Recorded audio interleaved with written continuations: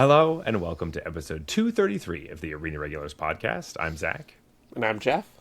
and we're your source for drunken Magic the Gathering arena content. That's right, just a couple of regular guys drinking some irregular beers, talking about Magic the Gathering, in particular, the online client, MTG Arena. That's right, and this week we have one of our favorite episodes. Oh, I love this one. This is our first Sips episode of the Secrets of Strixhaven set. So it's our first Sips or first thoughts about the new set. Stay tuned for all that stuff. We have some worthless lots, cards we think that are worthless lot in your deck. But of course, first, each week we bring a beer. We drink it, we rate it on a scale from bronze to mythic, just like the tiers in Arena. So with that, Jeff, what is on tap this week? All right, this week we have something I'm pretty excited about. It is a barrel-aged Saison with Ontario peaches. This is from Bandit Brewery in Toronto. Gonna let them redeem themselves here. And it's called Hibernator 2025. Yeah. So obviously assuming that this is a beer that they make every year, but this is my first time drinking this one. Same. Have not tried this before, but we are a fan of Saisons on this show. Yes. We tend to like them. I will say we've had some pretty excellent Saisons that have come in bottles like this, so it's in tough company. It is. But I'm excited. And yeah, rarely do we have beers with peaches as well, so this is going to be pretty interesting.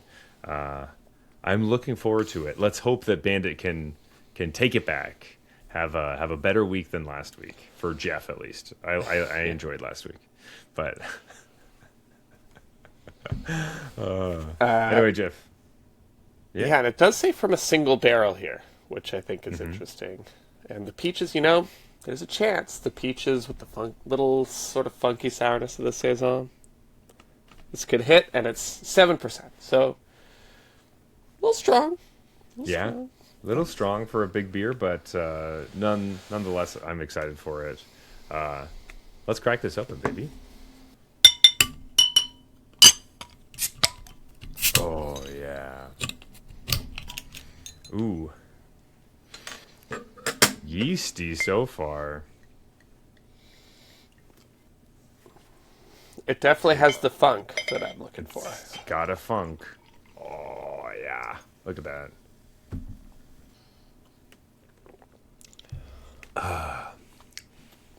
All right. Oh, okay. Interesting. With that, we have some Magic news. Secrets of Strixhaven is officially live on Arena. Yeah, it is. Yes, let's go, buddy. I'm excited to talk about the set because it's been pretty sweet so far. It feels like there's been not a drought in Magic, but there's something that really clicks with everything in this set that I'm really happy about. So I'm very excited for the future of this. But with it coming to Arena, we do have some pre-bans in Historic. Always fun when we have these. Obviously, the Mystical Archive is very powerful. It's a bunch of cards that are reprints from all over Magic's history, splashy fun things to play and draft, but also to get for your collections. But sometimes they're a little bit too powerful for our little formats on the Arena client here. So Library of Alexandria, Days, Force of Will, Vampiric Tutor, and Armageddon. Boom. Pre-banned. They're pre-banned in Historic, specifically. You can still play these cards in Timeless, so that's exciting. Another reason why I would want to play Timeless is that I can play Armageddon. Armageddon. It costs 4 mana, right? That's true. It's quite expensive. In Timeless, you're dead well before you get there. That is very true. I guess you'll be... I have to imagine. I haven't played the format since they announced it, and I had a lot of fun playing it at the beginning, and then that's it.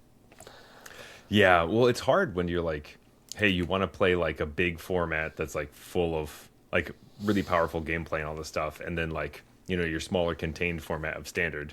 Since Standard is just like this giant format, it feels like I'm kind of in the mix between stuff, and obviously it's not nearly the same as Timeless, but it's just like... I think I hear what you're saying, and it sounds like what you're saying is let me play Armageddon in Standard. Yes, that's exactly it. That would be... Then White Weenies back on the menu, baby. Oh, man. That would be amazing. Honestly, I'm all for bringing Armageddon back. I mean, come on, how fun would the Landfall versus Armageddon matchup be? It would be really fun for me. I feel like I would have a blast. But Especially maybe they don't just vomit all their lands onto the table, you know? You have to think that's about very things. true. That's very true. Also, they're gonna have like all the decks that are playing like Lawn and War Elves and the Cubs and stuff. It'd be really interesting because Yeah, Armageddon doesn't necessarily cut them out of the game.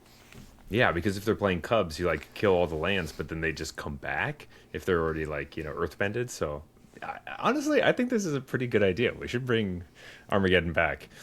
This is what we're going to do, Jeff. We're going to start a new standard format that is regular standard with Universes Beyond and all the stuff in 3 years and everything. But we add Armageddon to it. That's it. That's the only change. That's the only change. We call it Armageddon Standard. I was going to workshop the name for a bit, but I like that. Yeah. Yeah, I think it's pretty good. Anyway, yeah, so if you want to play any of those cards, do not play Historic because you can't play them there. Also, Jeff, so exciting. Next week is May 1st to the 3rd. There's an Arena Direct, which we have all the time, basically every other weekend now. I know. For collector booster boxes, Secrets of Strixhaven. My Gonna be a new way sweet of thing. interacting with Arena Direct is if I have the energy on a Friday or Saturday night to log in and play, I just do, and if there's no Arena Direct, I get sad. That's basically it, because I'm like, oh, I could do it tonight, let's try. And then it's just it's 50-50 whether there is one or not. It's really true. Super true. They're a lot of fun, and I think that these collector booster boxes are going to be pretty sick because it has all the Japanese, the special silver treatment for the Japanese Mystical Archive cards, which look nice. pretty sick. There's a bunch of cool stuff, and the special cards in the set seem pretty interesting.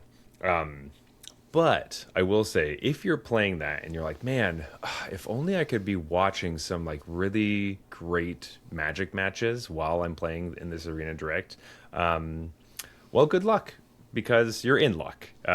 The Pro Tour is next weekend. The Secrets of Strixhaven Pro Tour is happening May 1st to the 3rd, and we get to see what draft and standard is like, what the pros are cooking up for us. I was That really is very- hoping you were setting it up to be like, you're in luck, because I'm going to be streaming. Yeah. You're really looking for some top-level, high-quality... great gameplay, no mistakes. No mistake. If you hate No mistakes... Watch my stream. No, the regular Zach guarantee is that there will be one punt per game. That's that's where I stand. Game? Yeah.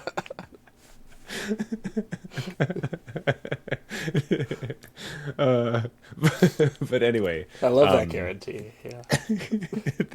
the Pro Tour is next weekend, and we love the Pro Tour. We're big fans, and if you don't watch, you should, and we highly recommend that you do that. It's a great way to not only learn about different formats, the draft format, and watching pros draft is really interesting, especially at the Pro Tour, because everybody knows what they're doing, so it really kind of shows you what is out there and what the possibilities are. And most of the decks tend to not be what you would think of as trophy decks in Arena. Sometimes your decks in Arena can be busted, and the ones in the Pro Tour just usually aren't, because people will not let you they just won't leave a lane open. I think that's one of my biggest takeaways anytime I watch these drafts is man, their decisions that they make are so much harder than what I get passed to me in a typical draft.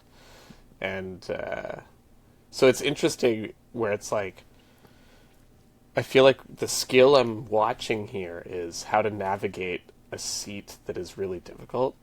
And then when I go and jump in Arena, it's oh, they're just feeding me all the Quandrix All the cards. best cards. I guess I'll Yeah. just play that. It's sweet. Oh, I'm in this the best color combination, and they just keep giving me more cards. Awesome. Yeah. You're not fighting tooth and nail to get through everything. So that's really cool. As well as, sometimes we're big advocates for net decking decks, and right after the Pro Tour, it's great to start playing some of the top 8 decks or some of the cool decks you saw in the Pro Tour. To clarify, we are not advocates for net decking draft decks. Correct. Yeah, you that's illegal. You will go to jail. You'll go to arena jail for that. Right. But one of the great things about the Pro Tour is that you can watch the pros play the decks, because that will make you a better player. I can't necessarily guarantee I'm going to help you be a better player, but I can tell you to watch professional players, and they will make you better. But what we do at the Arena Regulars is we have a bit of fun where we like to pick our fantasy teams for the Magic Pro Tour. Similar to fantasy sports like football or hockey or baseball or whatever fantasy sports you play. We pick 8 players to be your top 8. You're guessing. I think these are the 8 players that are going to make it to Sunday. You get 1 point per match win that they make, as well as if they make it to the top 8, you get 1 extra point, and if they win the whole thing, you get 2. And it's a lot of fun. We talk about it in the Discord and keep track of, like, who's maybe not necessarily who's winning, but you keep track of your own teams. And I try to give Jeff a lot of shit for picking somebody who's terrible or not even in the tournament. Hey, that's only happened a few times. Yeah. So because Jeff tends to pick players who aren't playing in the actual tournament, we have changed a new rule that instead of just 8, you will pick 2 extra players. So you pick your 8 that are your top 8, and then there's 2 extra players just in case some of the players in your actual team didn't make it to the tournament. You get little substitutes, your little backups. Didn't I win last time? Oh, yeah. So you did, but Jeff, it's not fair to compete against Jeff that was doing all the Lorwyn Eclipse stuff, because you won in every category in that set. That was your set. That was my set. Yeah. So it's not really fair to have to wait another decade before I get another one like that, I guess. Exactly. Yeah. But anyway, fantasy is a lot of fun, and it's a great way just to be engaged in watching those games and keeping track of the standings and all that stuff. And we talk about it in our Discord channel. So if you're interested in doing any of that stuff, check the link in the show notes. There will be the fantasy team thing as well as our Discord channel is down there. But we chat about all sorts of different things. It's a lot of fun. And if you are a patron on our Patreon, which, it's just a nice little thing. If you want to tip us a little bit, hey, you could be somebody who is helping us with these beers. Because I did want to say we got the big beers this time, right? Normally we don't get big beers. They're a little bit more expensive. But we would like to thank our patrons over on Patreon for getting this delicious beer for us this evening. Well, I guess we have to talk about whether it's delicious later. We don't. I was going to say, now I have to rate it highly because you've attributed it to our Patreon. Well, in either case, thank you so much to our patrons. All of you help us drink better beers, as well as, making sure that we have good audio and video and blah, blah, blah, all that stuff. Yeah, whatever. But, whatever. But we appreciate you so much. Thank you. What they definitely care about is not audio quality and is more beer quality. Yes, that's the only thing that they care about. But anyway, we just appreciate all of you folks, and we love chatting with everybody who's a patron in our Discord. So if you're interested, do those things. Anyway, Jeff, I wanted to ask you, first and foremost, Ask away. Did you go to a pre-release? I did not. I have a buddy that I go to pre-releases with, and I was open to the idea of going to a pre-release. He couldn't make it, though, and I prefer to go with a friend than just sort of show up on my own. Something to do with it was his 10-year anniversary with his partner or something crazy. Oh, ridiculous. I was like, does she know that it's Secrets of Strixhaven? But this is the anniversary of Strixhaven, right? Yeah. So it's not 10 years, but it's been a few years. 5. Yeah. So that's a big deal. Priorities. So no, I didn't make it out, but I was open to the idea. All right. Well, I did get to play in a pre-release, and it was awesome. Damn it! I was hoping you were going to say you didn't miss anything. No, of course not. Pre-release is the best. Yeah. I don't want to lie to you. Yeah, that's fair. I appreciate that. Yeah. Okay, so what future cards did you open from some set we've never heard of? Or...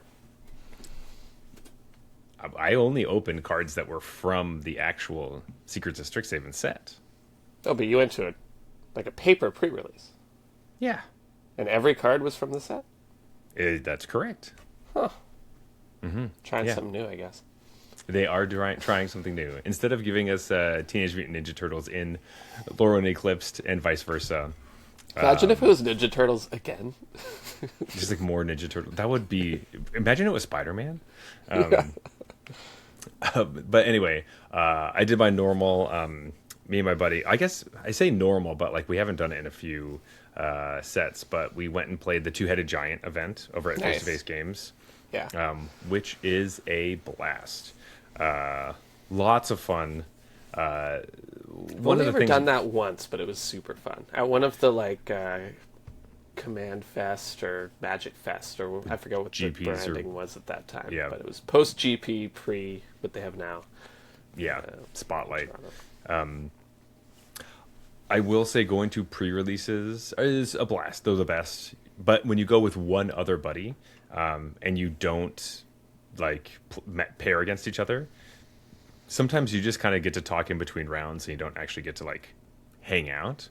But when you play a Two-Headed Giant event with your buddy, you hang out the entire time. And you fight over what cards you think that the other person should be playing, which is a lot of fun. I remember even like who's going to play which deck was like a discussion that had to be had. Yeah.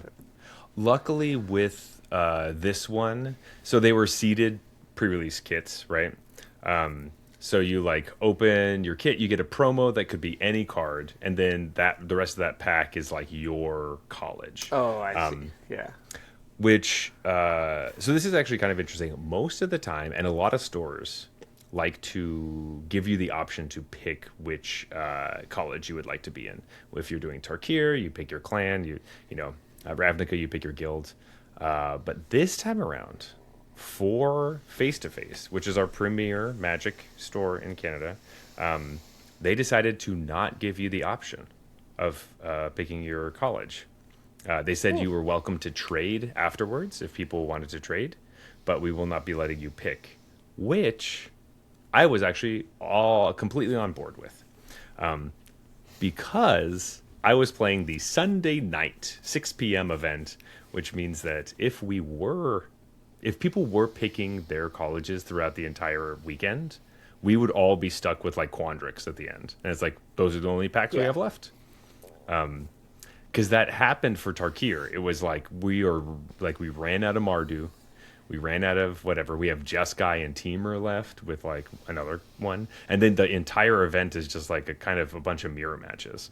And it kind of ruins the whole thing. Even though you individually as the player get to play what you want. But even if all the players were picking their favorite ones, which I think was kind of like Prismari and Silverquill and stuff, it's like your Friday night, Saturday morning pre-releases would be a bunch of the same mirror matches, and then people on Sunday would get forced into mirror matches. So this way, it was just easier. Makes sense for a store that does their kind of volume, right? Like how many pre-releases they do over the weekend? Like almost 10, maybe. So by the end, they do at least 7. So by the end, if you let people pick, by the end it's just whatever's left over, and so to just randomize it so that it's always a healthy mix just kind of makes sense. Yeah, and like we were lucky enough that the only thing that we cared about was that we had 2 kits that didn't share colors. So I ended up getting Lorehold, and then my buddy got Quandrix, and we were like, sweet, let's just keep these. We don't want to trade with anybody. Split as it can be. So we were like, let's do that. And we ended up building a pretty interesting deck, or I guess 2 decks. It was like the most cohesive strategy we had ever built together. Instead of something wacky and stupid like we usually do. We ended up opening 4 copies of Cuboid Colony, which is like the green and a blue 1/1 flash flying trample increment. That was wild. So the entire Quandrix deck wasn't really rampy. It was very aggressive in the air. Right? It's like Quandrix beat down. Yeah. And then all the lore hold cards were like all the removal you could ever want with lore hold at the top. And so just like 5/5 Hasty Dragon.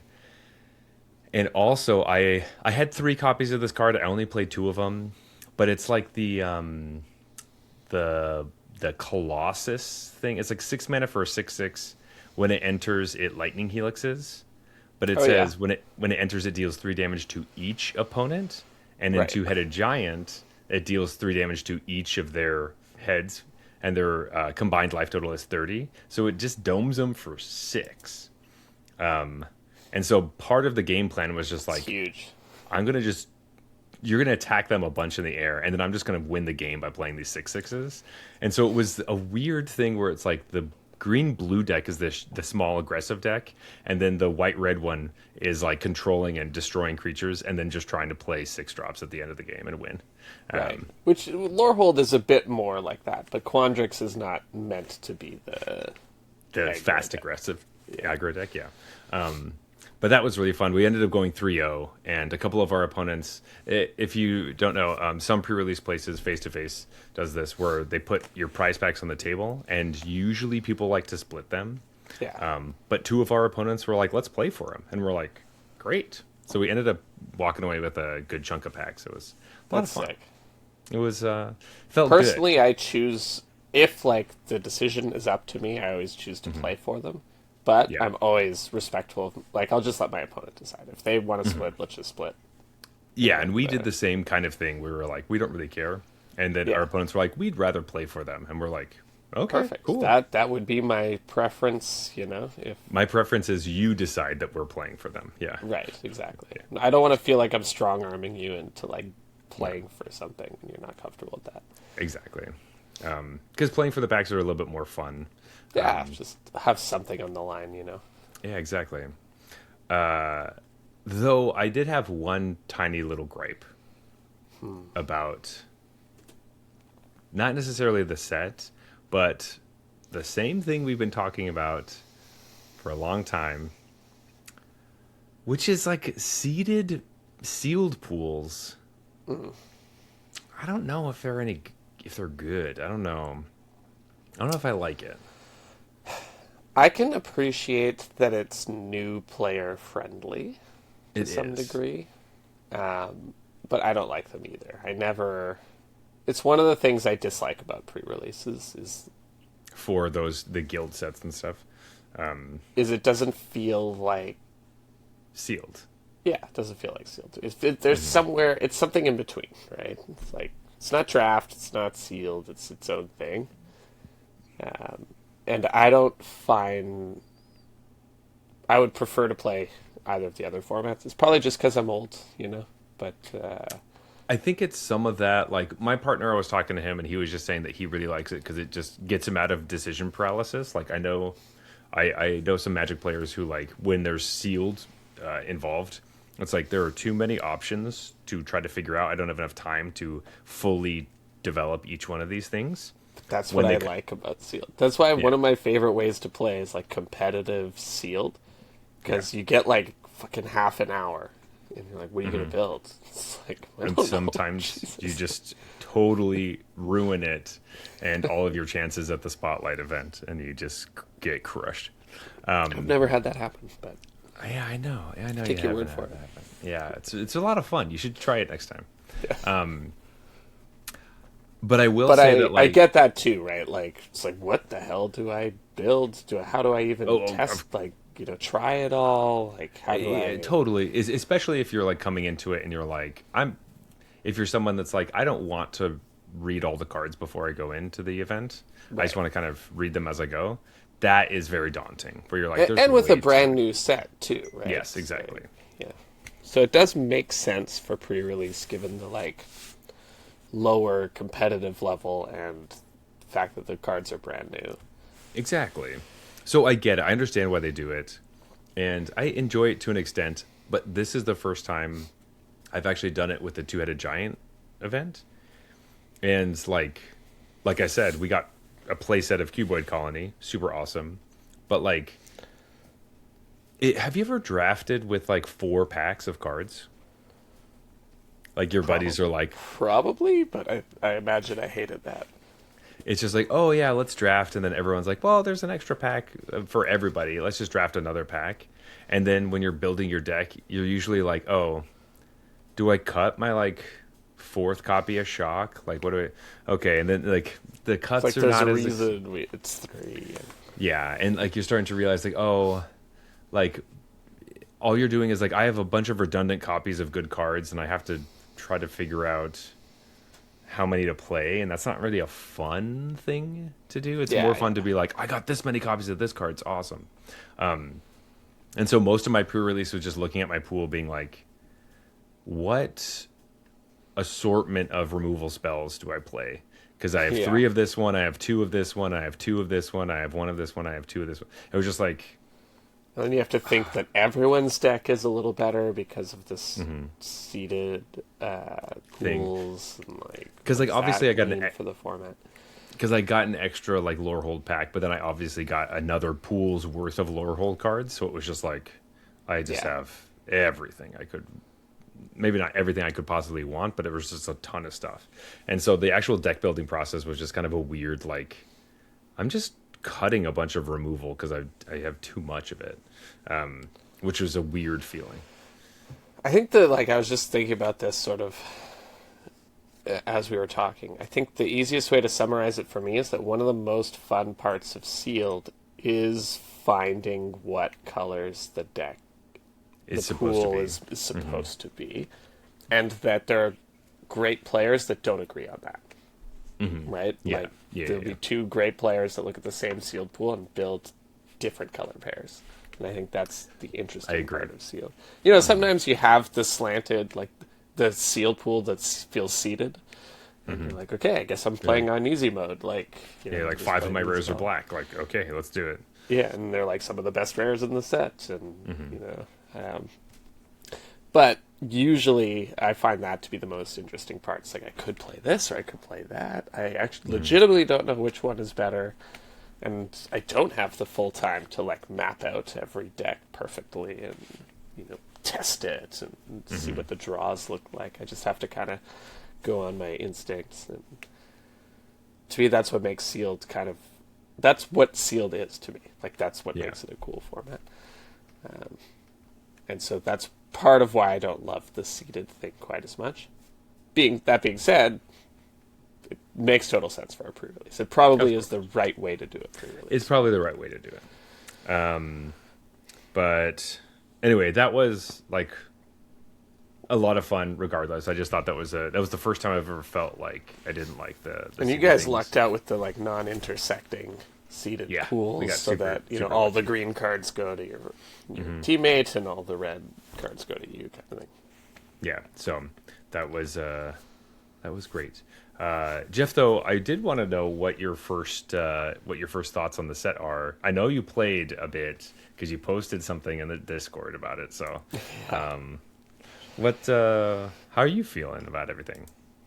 Well, you hinted earlier that you like the set, and I do too. And the sort of reason that I've come up with myself to you know bury the lead or not bury the lead, I never remember because that expression. I don't really get the expression, so I don't remember. I don't get whether it it's either. Yeah. whether you bury the lead or you don't bury the lead. But it's a guild set, and it really feels that way. And this feels like a good, well-designed guild set. And so for those who aren't maybe as old as us, guild set just refers to like Ravnica, basically, but it means that there are 2 color pairs, and they all do different things, but they kind of overlap in the things they want to do in a way that lets you kind of symbiotically borrow cards from the Each other and adjacent like guilds. And maybe it's just been a while, but like I love drafting guild sets. It's just so cool because it's like this card is optimal in this guild, but still serviceable in this one. And then if you have a different sort of style of that other guild, like then you actually want that card. And Yeah. it always ends up being so much more interesting than, for example, the Lorwyn version is like mostly we don't share cards. Like I want elves and you want Kithkin. There are some green cards that we kind of overlap in, but I'm mostly unhappy to play them in one of the two decks and happy to play them in the other kind of thing. Yeah. And you're not really, there aren't, I mean, in that set there were like changelings and stuff, so. Right, that's it could the be whatever glue. you wanted. But yeah. this is a little more fluid where like any card is sort of serviceable depending on how you're building the deck because they overlap the archetypes. Archetypes so well. Yeah, they make the mechanics like mesh kind of with its neighbors. And this is just a well executed guild set from the first sips, you know, just like testing the waters here. It reminds me of a guild set. It definitely gives me the university vibe, you know, like they definitely nailed the vibe of it. But it feels like a guild set that is a little more like instant sorcery sort of focused than they usually would be. But in such a way that, like, the first time we came to this plane, there was a lot, like, I think there was an entire set of cards that were, like, lessons that you could learn that would make the tokens for that thing. So it's like Pest Infestation, or was that? No, not Pest Infestation. Just like Pest. There's a card that make pests, like two of them. Yeah. And then there's like the Inkling one, or Summonings, is I think what they're called. But anyway. Yep, Pest Summoning. Yeah. And that was like, hey, this is a sorcery, but it makes a creature because it's a token. And that was kind of how they went about it, which I think is kind of like level 1, kind of how you go It's about. a great way to describe it. Yeah, it's the level 1 solution to the problem. Yeah, where it's like you need creatures in your deck, but you also need high numbers of instants and sorceries. This is how they decided to do it. So you get a lot of the same game pieces because you're all playing with the same types of tokens. In this one, because they have prepared, buddy, prepared is awesome. I love Holy prepared. crap. It's so This cool. is such a sweet mechanic. Like, the fact that it's like a creature in every other zone, but you do get the option to, you know, cast your spell, and your opponent does, you know, have some windows to get rid of it before you actually cast the spell to get any triggers or whatever, and you have to decide how long you want to hold it. It feels like I have so many things I can do with my turn, because I'm like, ooh, I can play cards from my hand, but then I kind of want to play this prepared thing, because then I can re-prepare it. And like, is that going to be better than playing 2 creatures? Like, I don't know. And it's just so cool. And I love this weird kicker delayed ETB kind of. That's what I was going to feel. say, right? Like, every mechanic is kicker. That's the joke. Yeah. But this is like delayed multi-kicker kind of thing. Yeah. Delayed kicker / multi-kicker. Because you can re-trigger Some of them, the prepared cards in a lot of cases. Well, not a lot. technically, in some cases. There are 2 cards that let you re-prepare stuff. There's a land, by the way. Holy shit, that land. I got smoked by that the other day. That just, like, re-prepare something. There was, Still like... not sold, but...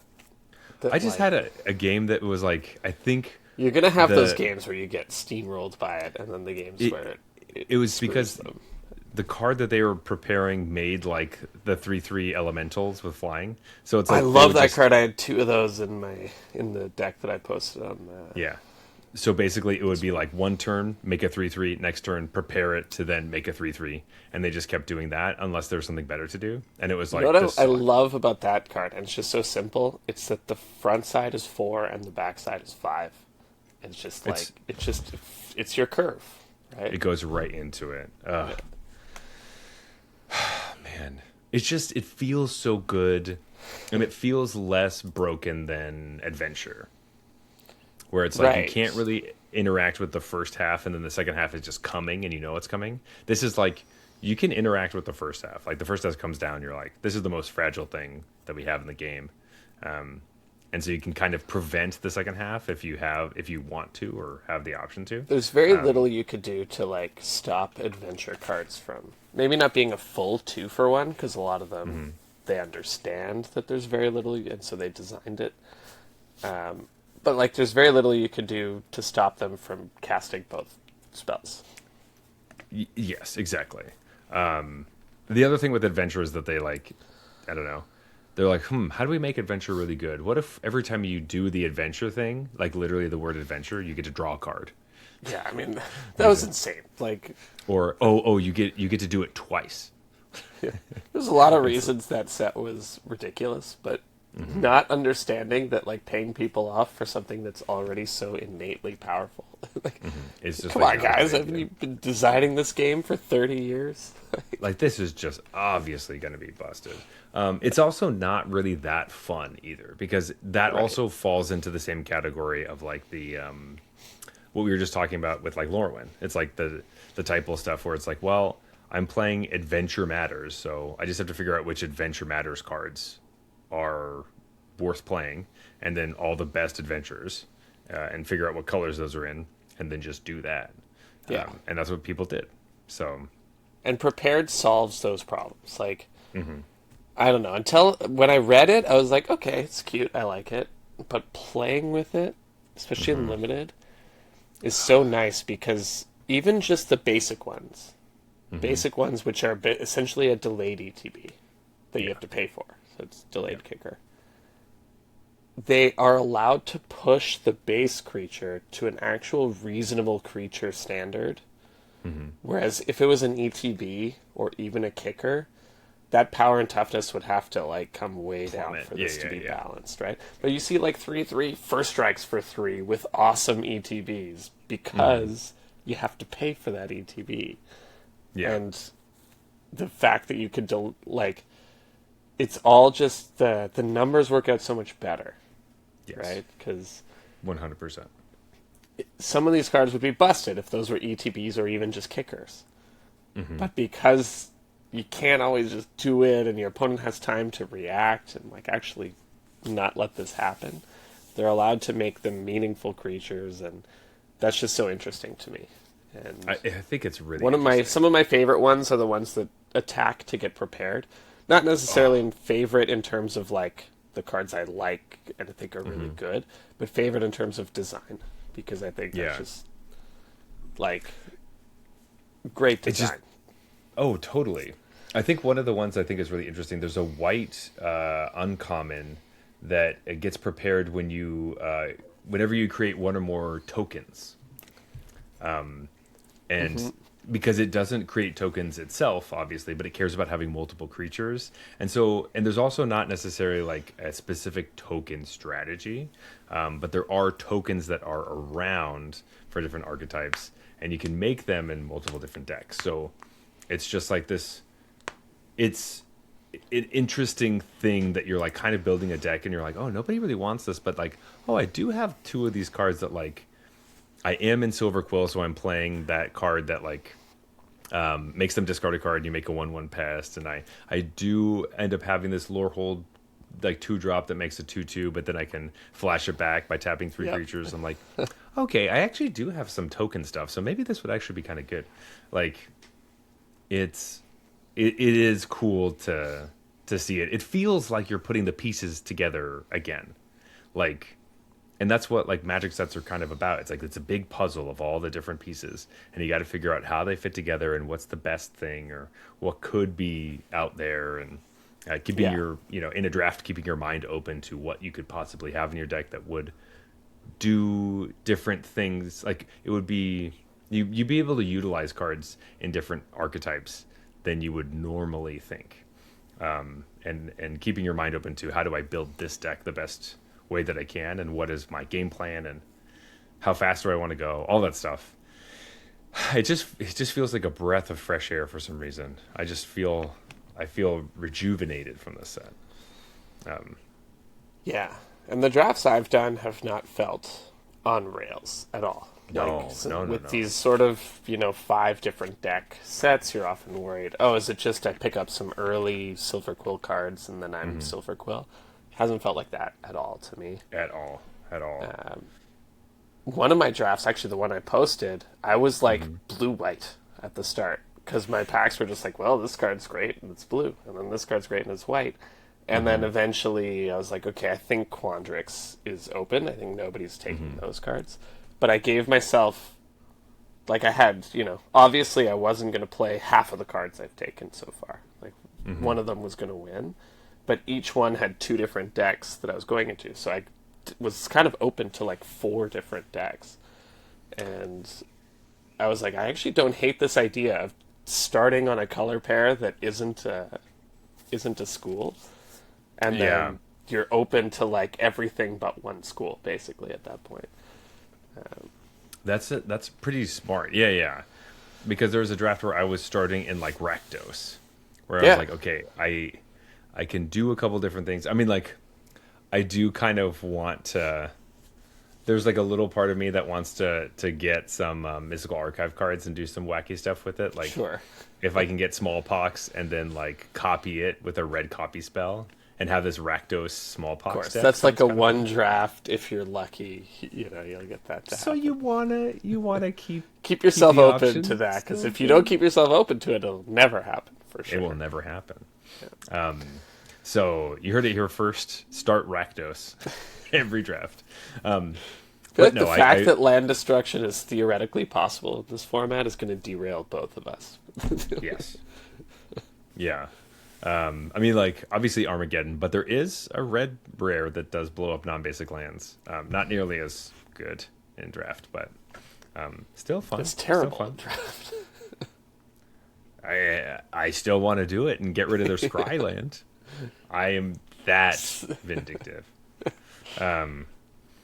But man, I don't know. This set has been sweet. I just want to draft fun. more of it. I haven't. I've been working the last couple nights, so I'll have to I have to come home like after work and like jam a bunch of drafts before I have to like go to bed and get up in the morning. But so I'm looking forward to having some time to actually dig my teeth into the full set and go over it. But yeah. Hey, Jeff, you were right. They have really pushed some of these cards. And when they come back from a set that was bad, or not bad, low powered, they will juice it, and vice versa. So, Kamigawa and Dynasty with the same way. This is super fun limited format so far. It's so fun. And that's one thing I wanted to say. I might have noticed in the deck I posted in the Discord, but I had Veil of Summer, and I was like, you know what? This is good against everything except one deck. So let's just main deck this bitch and see what happens. And I did not play against Lorehold at all in the entire event. And Veil of Summer was, every time I drew it, was like an absolute standout. Oh man! One turn, my opponent tapped out for that the green-black card that like makes me discard, and then they get a creature like the Mind Rot. They get to steal a land from you. Yeah, and that was their turn, and I was just like, Veil of Summer, draw a card. That doesn't happen. Like they just like paused and gave me the nice, and I was like, yeah. Every time I drew Veil of Summer in that event, it was just like best possible time to have Veil of Summer, and that's so good. You got to start thinking about that kind of stuff too, right? Because Veil of Summer you wouldn't normally think of as a limited card, but when I drafted it, I just kind of picked it up in a nothing pack, and I was like, isn't this at least at least cycle against every deck except one? You know what I mean? Like, this feels fine, actually. And sometimes it's a 1-mana instant speed 2-for-1. So, let's just play it. That's so good.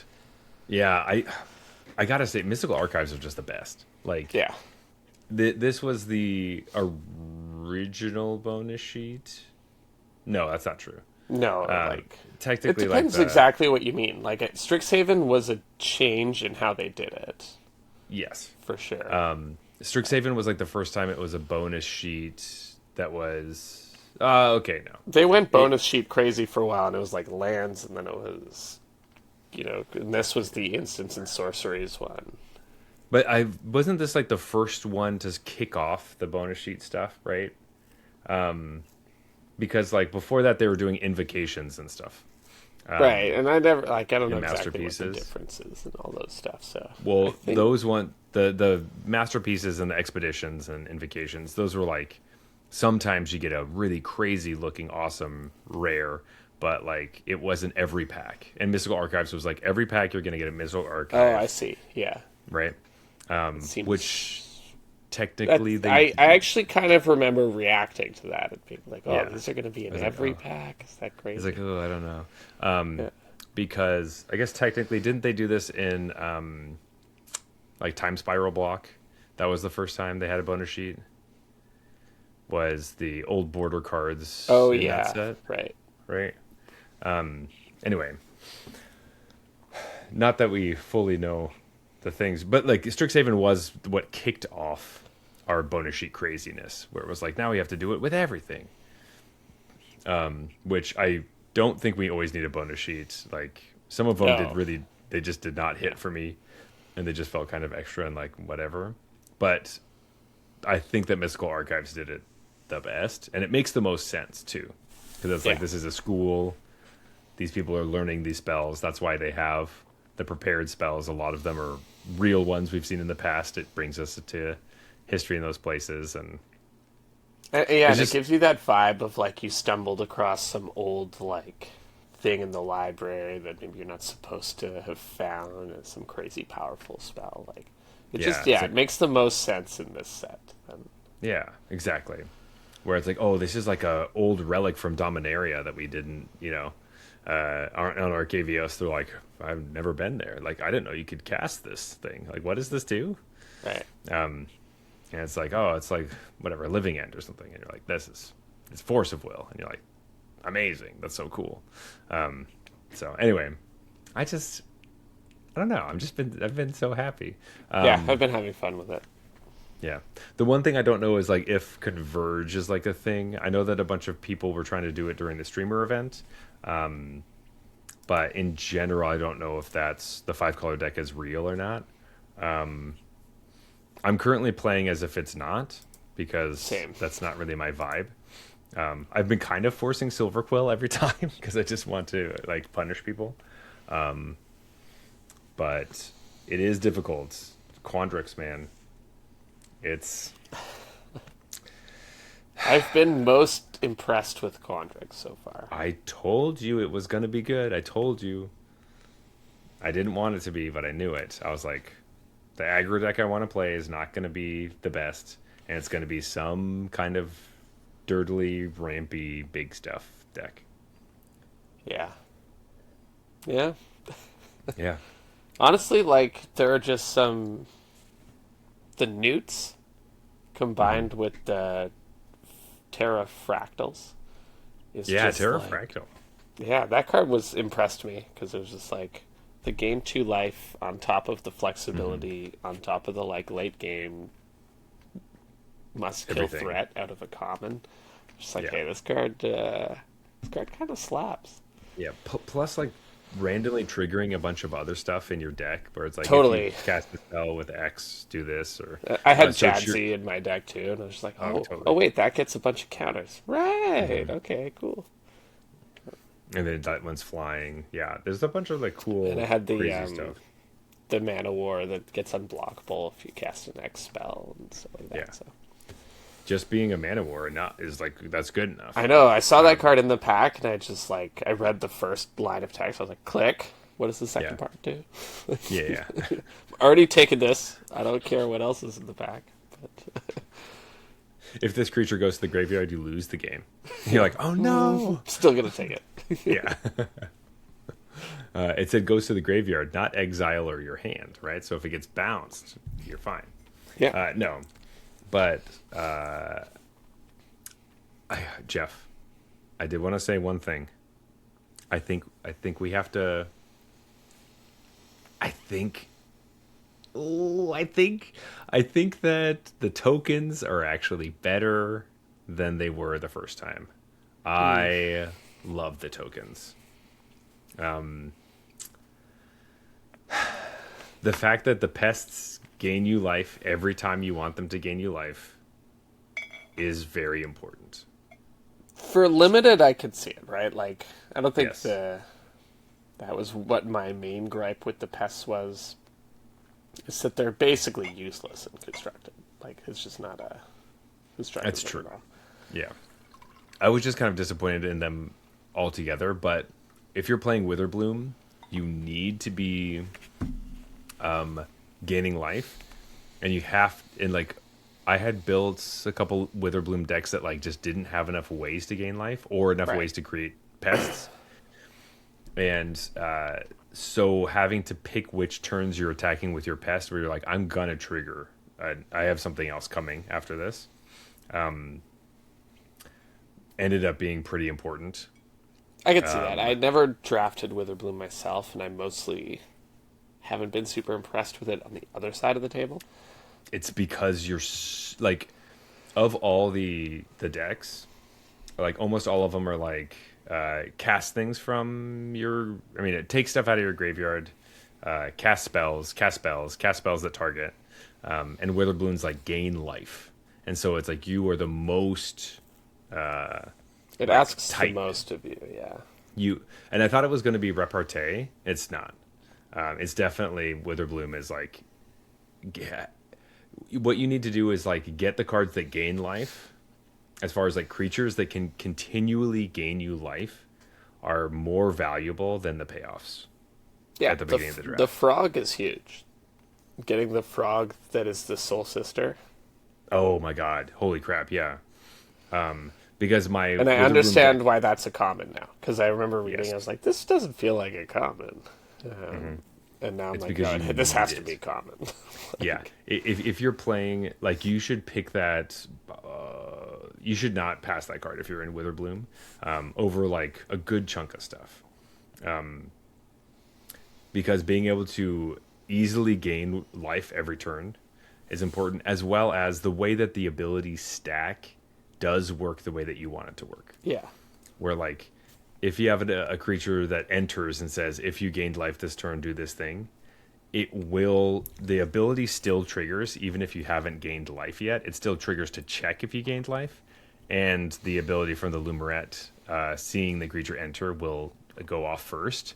And so if you're doing -4/-4 to a creature or putting counters on it or whatever, it still triggers, which is so important. Now, I will say, I had an opponent who had that, and they had the uncommon that whenever you gain life, like, it gets bigger. And then they even had the rare that whenever you gain life, all of the... All the pests get bigger, yeah. And I still won, and it wasn't that hard. Like, they just had big stuff. I was like, I could deal with big stuff. That's Yeah. fine. Like, here you go, Man of War. See ya. Yeah, boom, done. Like, That so was like 5 turns. Of that work. really turned me off of Witherbloom a little bit. Because I was like, you literally had the nuts. Like, you had everything going. And it just, like, wasn't that hard to outmaneuver Disrupt that. Like, it. you had no flying, you had no trample, and, like, it was so easy for me to reset your big stuff. So, I don't know if that was just their draw or that particular deck, that the payoff was big vanilla stuff. I think maybe the uncommon has trample, actually, if I think about it. But The uncommon does have. but it was trample, just like, but- okay, so you have one thing I have to worry about, basically. And I have a 9/8 flyer. Like, you know? Like, Yeah, I did notice that. Like, if you're in the Witherbloom deck, it's almost like a balance between like wanting to attack, but also if you can get the card Leech Collector. So this is an uncommon. It's 2 mana for a 2/2, and whenever you gain life for the first time each turn, it becomes prepared, and its prepared spell is Bloodletting, where you pay a single black for a sorcery. Each opponent loses 1 life, and so what you're trying to do is just every turn, like, it enters, you have the Lumerette, it gets prepared, you drain them for 2. You like play some creatures, do some blocks, make them lose 2, and just keep doing that every do they single lose turn. 2 or 1? Each opponent loses 2 life. Oh, okay. I thought you said one the first time. 'Cause I was like, I holy might have shit, said that one the sucks. No, the fact But that they lose two, now we're talking. Okay. yeah, two is way better. And so that was super helpful. I was very impressed with that card. It ended up being the one that, like, when I was playing that deck that had all the reanimators, it was like, I think I'm just bringing back the Leech Collector because it's the thing that's like killing Right. them, and like I have a big enough board that they can't attack into me, and because I was like I had enough reach stuff and whatever. That sloth that's like a 4 mana 4/4 sloth that dies into pests is like, okay, sick. Anyway, so that was holding back some stuff, and then the Leech Collector's like, I'm just killing you every turn. I reanimate stuff every turn. I'm gonna gain life, do all this stuff. It was great. It was a lot of fun. But I was very impressed with the Leech Collector myself. So Yeah. So maybe that's like the early read I'm getting on Witherbloom is like can be powerful, but there are very specific pieces you need to have that actually translate the game plan into a victory. yeah, And so it won't always materialize. It's one of those like can be good, but it has to be the right seat for it kind of deals. yeah. And so like, I think I've done a couple drafts where it's like you get an early like flying lifelinker or something, and then in black, and I'm still just keeping the door open for Silverquill, being like, just because this has lifelink doesn't mean I'm playing Witherbloom. Right. And, And that's that like guild overlap thing we were talking yes. about earlier.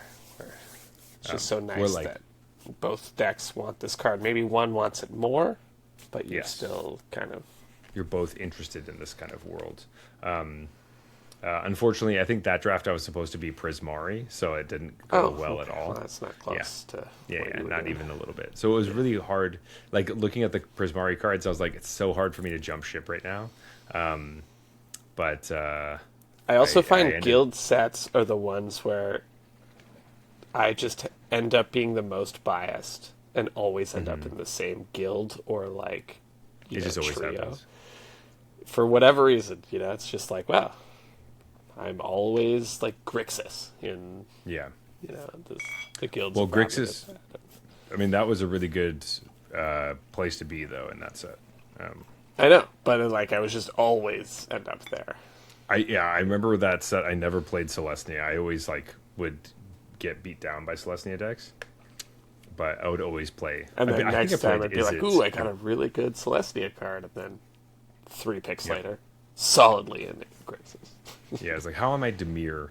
Or like, I think I was always pushing to be Demir, and then I'd always fall into Izzet because people would bully me out of Demir.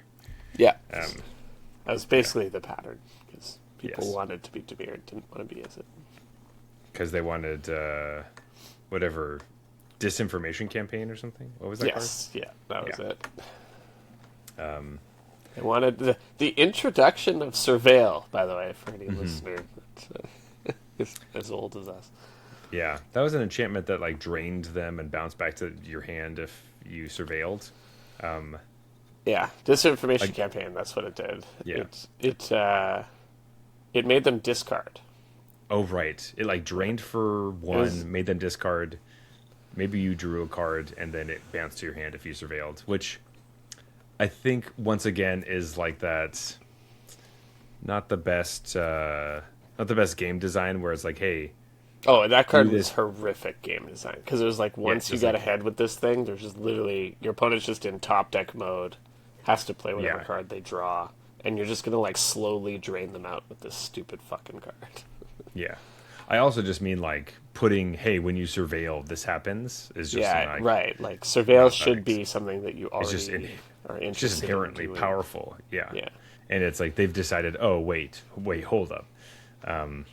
We just need like imagine like you never gain life and then they introduce gaining life and they're like, oh, and then when you gain life these things happen. Like it would feel so weird. Obviously that's a core piece of the game that we've had forever. But part like, of the like when you gain life stuff too is because gaining life on its own is usually not worth it. Like That's true. So you're just like, what do I need? I need creatures that are bigger. I need was to return surveil things was from my always graveyard. stapled onto something that you want to play. So it was like It's like a multiple waves of like surveil is already something that you're stapling on to something else that I want to play, and then you have this other card that rewards me for surveiling, which is already Yeah. something I want to do because it's stapled onto something I want to play. Yeah. It's a very Well, weird. also look. not just stapled on. I mean, it was, but it's like it's part of their remembering like card games are all about like drawing cards, looting through cards, sifting through stuff, getting 2-for-1s. And so like if you give us that ability, then we don't need to be rewarded for that. That's what the game already wants you to do because Right, it's a card and they game. already knew Scry was good. Yeah. And then they're like, what if you just get to put that card in What- your graveyard instead? What if you made it better? Yeah. What if you just made it much better? Yeah. But we'll pay you off for it. Yeah. Yeah, how many abilities like care about you scrying stuff? It's like when you scry, lightning bolt your opponent. Like, Imagine. They should print that now, because then it might make you scry instead of surveilling. oh, the Lord of the Rings set had the green blue elves had like a scrying mechanic, which ended up being really bad Yeah. because it turns out caring about scrying sucks. Yeah. Because stapling that, hey, when you scry, this thing happens, isn't really a Because they necessarily designed great it in mechanic. that way, right? They were like, oh, we're now paying someone off for doing something they want to do anyways. We got to be careful. Yeah. It So- probably wasn't whenever you scried lightning bolt. But In green black or that's green that's blue. a really flavorful card, though, if you think about it. You have these elves scrying, and it's just like lightning bolt stuff. That's true. Yeah, it does make sense. Maybe it'd be better if it was just like, deals 1 damage whenever you scry or something. Yeah. Um, Or little lava bit better. axe. Yeah, lava axe. That's true. Right to the dome. Anytime I Specifically. scry, lava axe times the number that I scry. So scry 2 is Yeah. 10. Yeah. Scry 4 is lethal. Yeah. Yeah. But they never put Scry 4 in anything. That's fine. Yeah. Who scries for? Yeah. Anyway, Jeff, I think that was a worthy tangent into Worthless Slots, if I don't say so myself. Yeah. All right. So here is our Worthless Lot segment. This is where we tell you what cards you don't have to feel bad about spending wild cards on. Wild cards are the most important resource in Arena. And we know what it's like, man. A new set comes out. You just want to craft whole bunch of cards. And you have to, not do that because you don't want to blow your entire wild card Yes. allotment. And so what we're going to attempt to do is make you feel less bad about spending wild cards on certain Yeah, cards. totally. And we do it in layers. So first we'll do a layup. These are cards that, hey, if you're interested in playing this card, absolutely use a wild card on it. Very low risk. I should clarify, this isn't us saying just go blow wild cards on this. If you don't want to play the card, then the wild card is not well spent. Please don't. Yeah. So only if these are cards you're already interested in, you were kind of debating, ooh, should I craft this? Whatever. If it's a layup, yeah, go ahead and craft it. A 3-pointer is it's like, we think that if you're interested in it, yeah, go craft it. But understand it might not get there in terms of the metagame. Like, there might just not be a deck for it. Half-court shots is kind of like the card Zach and I wish we could go like craft right now, but we know it's probably not a good idea. And then to fill out the theme, we just have generally overrated cards. This is what we're seeing people talk about, but we don't think you should use a wild card on it, or at least not to the degree that we're seeing it in. They may still be wild card worthy, but not as worthy as what people are saying. And underrated is the opposite. Nobody's talking about these cards, but hey, maybe these are wild card worthy. Yeah. I'm going to go first. Yeah. I'm going first. I started last time. All right. That's fine. Okay. I'm going first. I don't think I'm like really stealing anything from you, but I do want to talk about this card, and I think it's a card that you should craft, and everybody was talking about it when it was previewed. So it's a big name card. But I do have a little PSA about this card. Okay. But I think my Lay it on me. layup for this set is Erode. Yeah. So, Erode is a rare white card. It's a single white for an instant. It says destroy target creature or planeswalker. Its controller may search their library for a basic land card, put it on the battlefield tapped, then shuffle. So this is a Path to Exile, but it hits planeswalkers and destroys instead of exiles. It's an extremely efficient removal spell, and it's specifically very good in constructed formats for multiple reasons. You know what deck you're playing against. The threats are stronger, and a lot of more controlling decks don't care about giving basic lands to aggressive decks. So obviously the huge downside is we hate giving people lands. This podcast is very pro destroy people's lands. So whenever you give a land to them, don't like it. It's the opposite of what I want. Yes. So if you're playing this card, as I have said many times, I want a white weenie deck. The weenie deck tends to play against bigger decks or control decks and things like that. We don't really want to be playing a card like this. To be fair, you would side this out because they don't have threats to begin with if you're playing against control. But being able to ramp your opponent when you're the smaller deck that's trying to go underneath them is a really bad idea, because each land drop equals an extra turn that they have to get closer to their win condition. However, on the flip side, if you are a control deck or one of the bigger decks that needs removal, and you're playing against a deck that tops out, like they perform their best at like 3 or 4 lands, you don't care how many lands you get or you give them. And being efficient with your mana is really important, because this lets you kill something and play a threat, or draw cards and refill your hand, or do all the different things you need to do. Yeah. Yeah, so obviously this card's very strong. I put out a PSA on Instagram just talking to pre-release players about this, because in draft and sealed, Erode is a little bit of a little scary, a little sketchy. Specifically in sealed, because you don't know what your opponent has. You don't know how many colors they're splashing. Like, you could kill their 3-drop and then like help them splash their bomb in their hand. There's a bunch of dragons in the set. There's a bunch of big stuff. There's X spells all over the place. Giving your opponent mana is just like generally bad. So that being said, in sealed you need ways to deal with bombs, but you should think of this as like a last resort.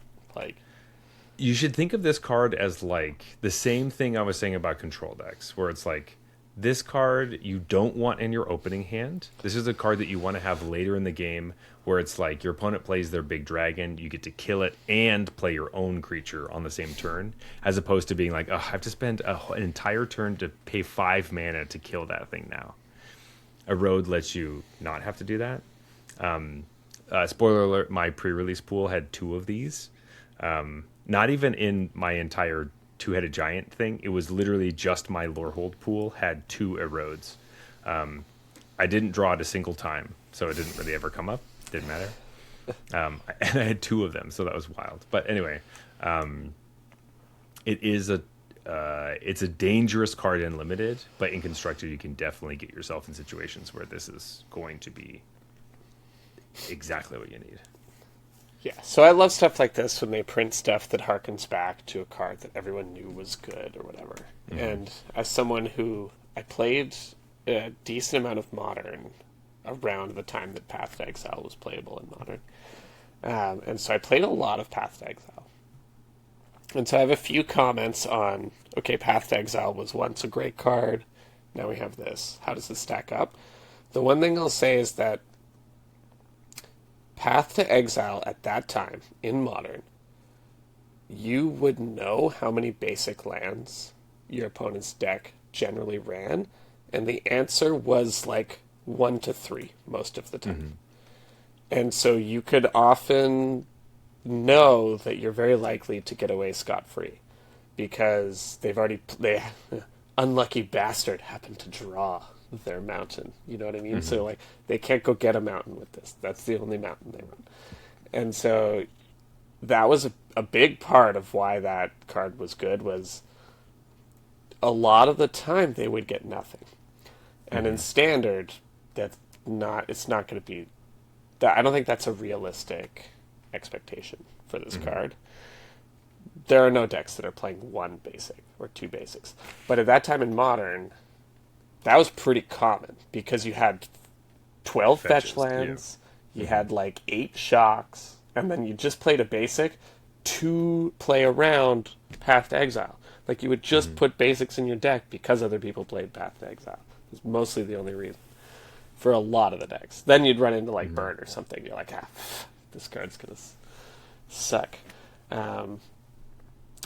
So that was one thing, and I don't think that holds up in the Standard environment. It's a real cost to pay to ramp your opponent, like you were saying.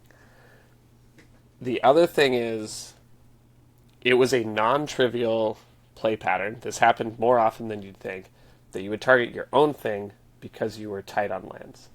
And you had some creature that was like no longer relevant. And you're like, I just need my 5th land, or like 3rd land a lot of the time. They kept that capability on this card. And so, in that sense, actually, the fact that you're destroying instead of exiling is almost a bonus in that specific situation. So it's worth keeping in mind.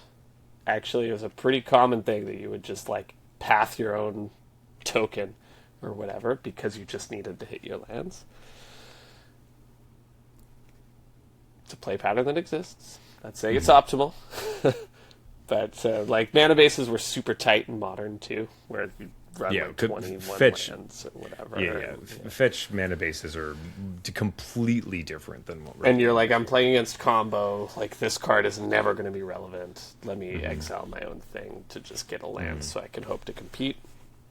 But so it's going to be less common where that's the right play in Standard. But again, it's something you have available to you. And I guess the other thing is, like, it's kind of what you said, where you just have to think about what your deck is doing and does this card actually benefit you. And I think it has to be a little more specific matchup than most people are thinking. Like, people just think of this as like a Swords to Plowshares, or it's just like generically good removal spell. And it's exactly what you said. If your opponent puts out a 1/4 that in a control deck, and that 1/4 stops your entire onslaught, but they're a control deck, is this a good card? Right? Like, maybe not.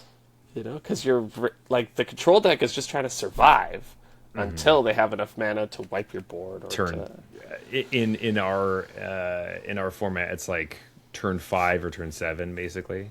They're trying to either get to like the board wipe, or they're trying to... I guess it's turn 4, but they're trying to get to a board wipe, or they're trying to get to the Jeskai ultimatum thing. Revelation. And helping them get there just sounds like a horrible... It helps too much, too, because I think that's what I was going to say is, like, people think, oh, this just moves them one up the curve. The hardest part of getting to 6 or 7 mana is drawing those lands while surviving. And this gives them a freebie, right? Like, yeah, because their entire deck is built around drawing cards and dealing with threats. If this said, like, they get to put a land from their hand into play for free, it'd be a totally different card. But it goes better. It goes to get it for them. That sucks. Like, that is... That's really bad. The downside here is very real. And then just to sort of put a bow on, like, I've played with this card, made mistakes so you don't have to. People would play Path to Exile on their own turn way too often. If you can, like, try to upkeep it on your opponent's upkeep. Because if you do it on your turn, that land untaps. And if you do it on their upkeep, it doesn't. Like, you get one more turn cycle out of it. So if you're killing a blocker and you're getting in a bunch of damage, obviously, but don't just, like, end step it like you normally would. Like, you have to think about, next turn, will I have the extra mana to float it to do it on their upkeep instead of end stepping it now, kind of thing. So yeah. That's a good call. There's a lot more going on with this card than you might think if you haven't played with it before. It's like, Yes. Which is part of what I wanted to talk about with this card, because on the podcast we haven't talked about it yet. And I know there's a lot of conversations about it, and you can talk about Commander or whatever. But I like this type of card being in the format. The history of me talking about how Beseiju, blah blah blah blah, back in the day, maybe was. I had said it was maybe it's an all-timer. Overrated. Yeah, but it's an amazing card. Choice. But that one said any land, right? That got more than just basics. So that was maybe a little bit of an oversight from my part. But and I know we've said all the reasons why you maybe not shouldn't play this card, but why you should be very hesitant about playing this card. I basically just wanted to go through that because if you're listening to this podcast and you're in the Magic community, you already know about Erode, and you already know that you kind of wanted it. I'm still telling you, you should craft it, and you should have it in your collection. You should play this card. But I'm just saying that this card has a lot more play to it than you might initially think. So learn how to play this card. Don't just slam it on whatever. I think that's the perfect way to summarize it. Like, when the thing I learned playing with Path to Exile is, I think at one time it was just like, oh, I put 4 of these in my white decks. Mm-hmm. And then it started to become, I have a reason for this card. Mm-hmm. Like, this needs to be, I have a game plan, and there's an obstruction to my game plan that I can't get rid of outside of this. And this is for that. It's not just like the generically powerful card that it seems like. Yeah. It's more like I have to understand when is giving them a land not that bad for me versus this thing that I must get rid of kind of thing. And so you end up in this place where there are things in the metagame that this card is for. Yeah, exactly. And one last thing before I pass the torch over to Jeff.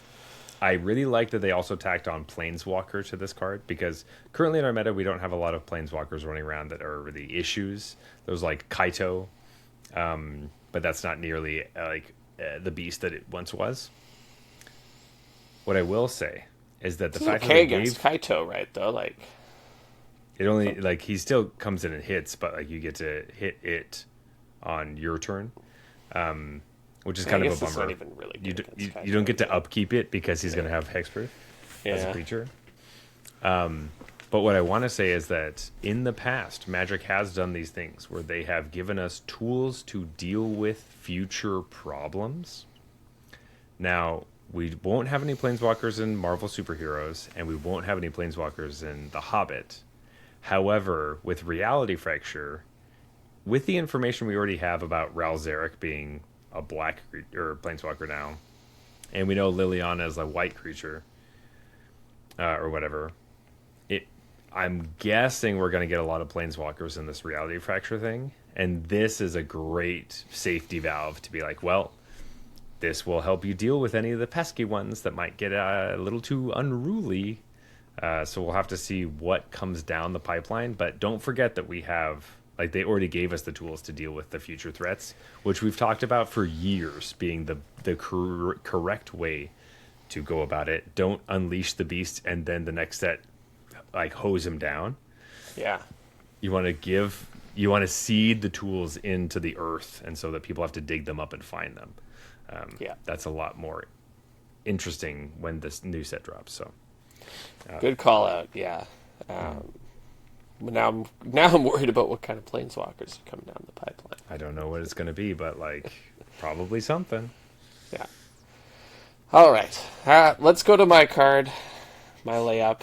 I hate choosing this, but reading through the set, and I don't know what the X verse is on about with. I don't know either. I'm not on that anymore. So Blue Sky verse. Yeah, there you go. Blue Sky. Yeah. But this card was one, just reading the cards, I'm like, This one stands out, and it's not a card that I want to play, but it is a card that I know lots of people will want to play. And that card is Planar Engineering.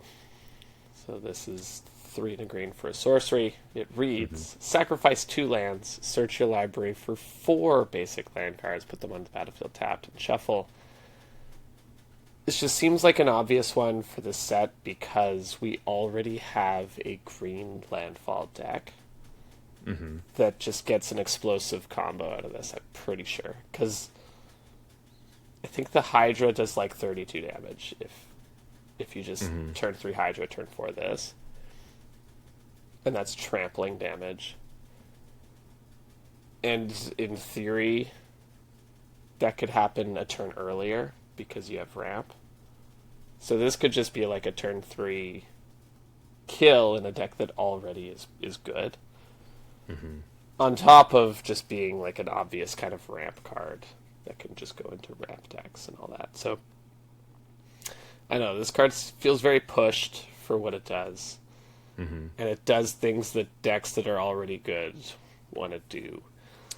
It's not the decks I want to play, but I don't hate the landfall deck kind of thing. Mostly just hoping like that's what it is. It's a landfall combo deck, not just like a generic ramp nonsense. But I don't know, this card just seems really strong.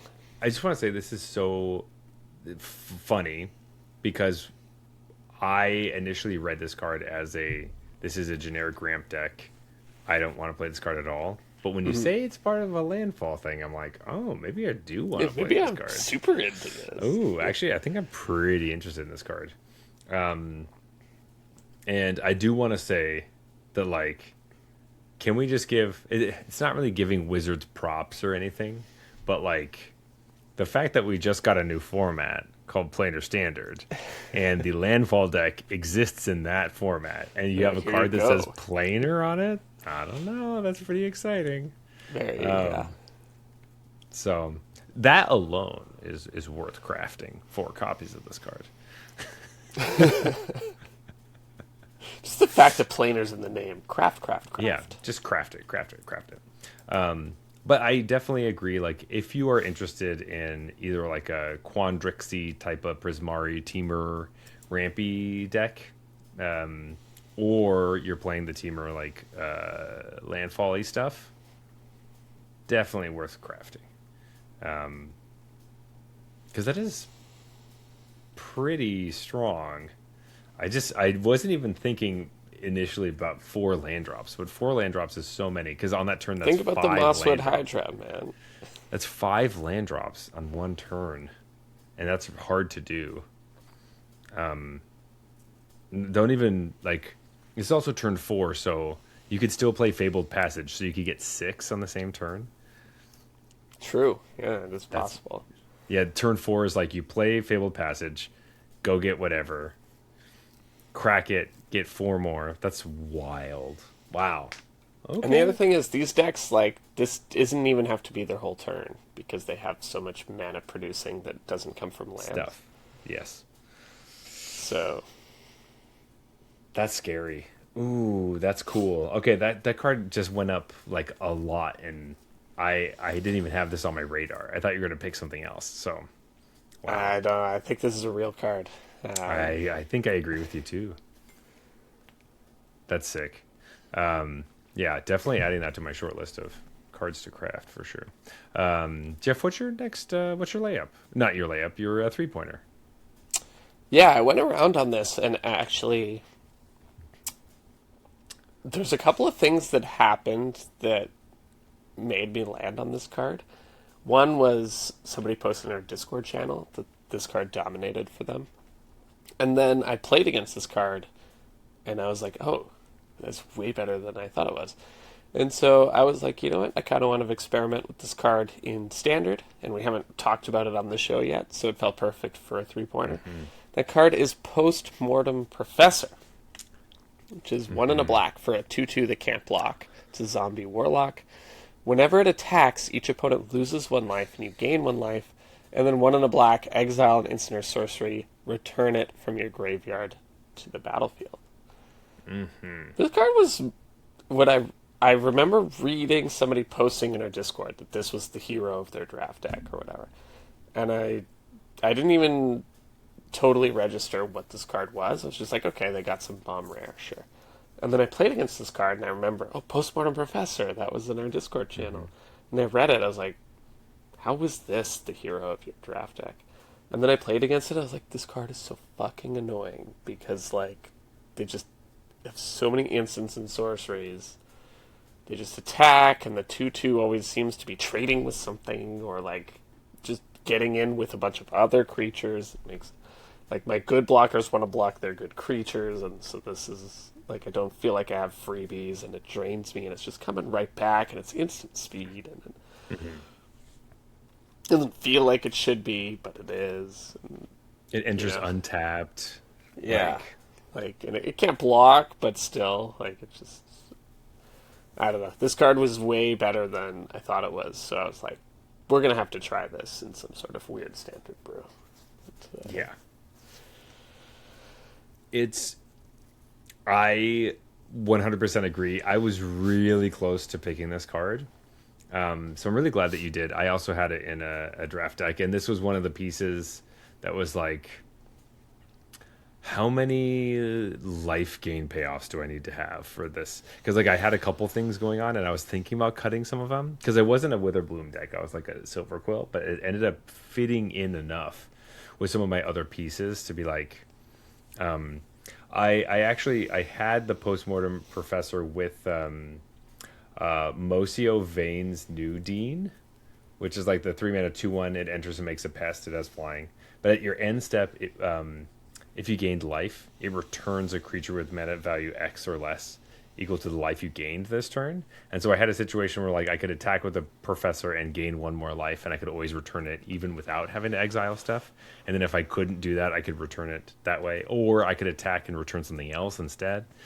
It was pretty gross. So this card's so sick. And I don't know, we've always waffled around, like, you could still put this in your mono black zombie all removal deck, and this could be one of your threats along with, like, Cecil and whatever. And that's what I was going to mention. Like, you bringing up that story made me think of it too. For standard, like, there's some real cards that care about have you gained life this turn or not. And so having a total freebie here, this is coming back, and like, I just attack and whatever. Like Withering Curse, for example, like, just attack with this. It's like, hey, I'm going to wipe the board. There's nothing you can do about it. And I don't care about my creature dying because I don't give a shit. I'm gonna exile that Withering Curse to just bring it right back. Yeah, exactly. It's a perfect combo. So, I think I don't know if the deck is there, and with extended standard, like, maybe not even anytime soon. But I think this card is to me, it just, like, seems more powerful than it reads, and does a lot of the things I kind of think are cool and like. So, it's, I think, a totally reasonable 3-pointer. Absolutely, yeah. Man, what a sick card! So cool. This is like one of those. I think in the set, it'll probably end up being kind of like a bulk rare, kind of, as far as, like, of course, yeah, packs are concerned. But it's one of those bulk rares that you open, you're like, but I could use this card. Like, I actually want to play this, like though. This one.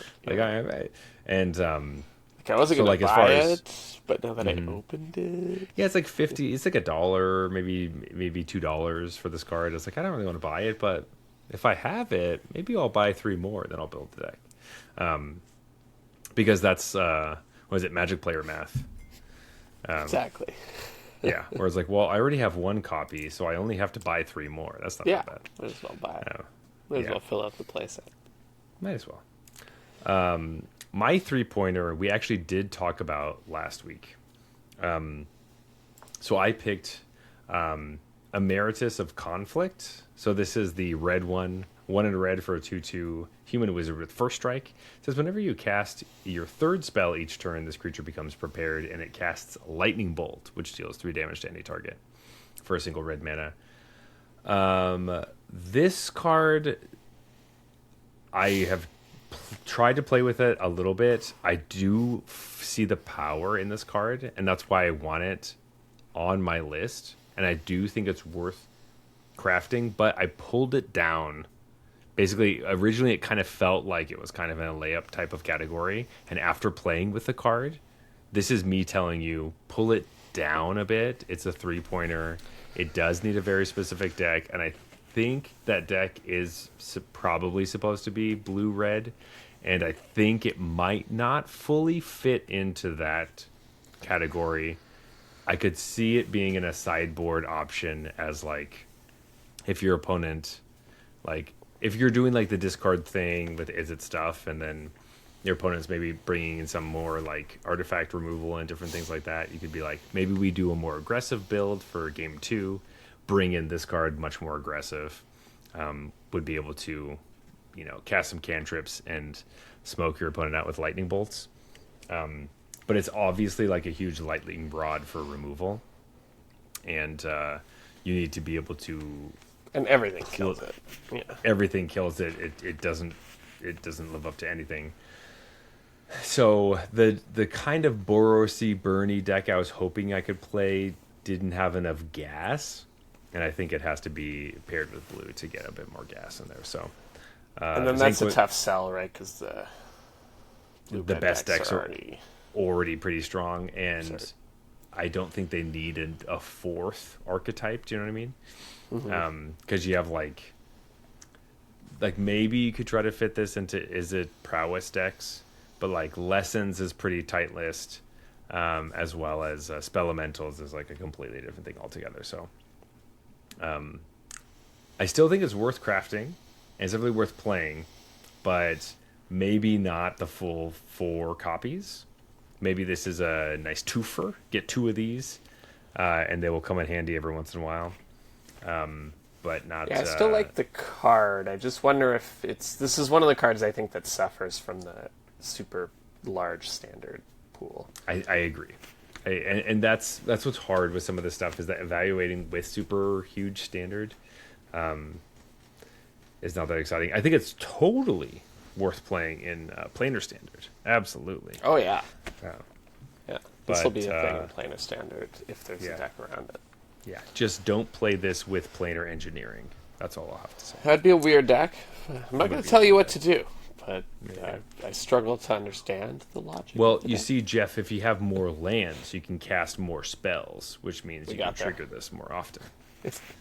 But anyway, I just wanted to, put that out there. Think it's a little bit more specialized than I was originally hoping. But my layup, a card that I dreamed to be good, and I might just have a whole stream of me trying to make this card work because it's the type of card that I love. Is layup, of course, you mean half-court shot. Did I say layup? Oh, that's my bad. Oh, man. This hibernator's really screwing me up. 7% beers, man. Thank God you're here to help me out. Yes, I'm doing a half-court shot right now. Who knows if I'm right? I'm also on 7% beer, so maybe that's true. But maybe you said half-court shot and I heard layup. I've already said layup like 3 or 4 times in the wrong spot earlier, so I think it's fine. They're just all the card it's all 5 categories. Perfect. When you're Zach, it's all a layup, Yeah, it doesn't matter where I am on the court; it's a layup. Yeah. Underhanded. Anyway, the card I picked for my half-court shot that I think I hope will be good, or you could build a deck with, is a blue card. It's a single blue. For 0/2, it's Exhibition Tidecaller.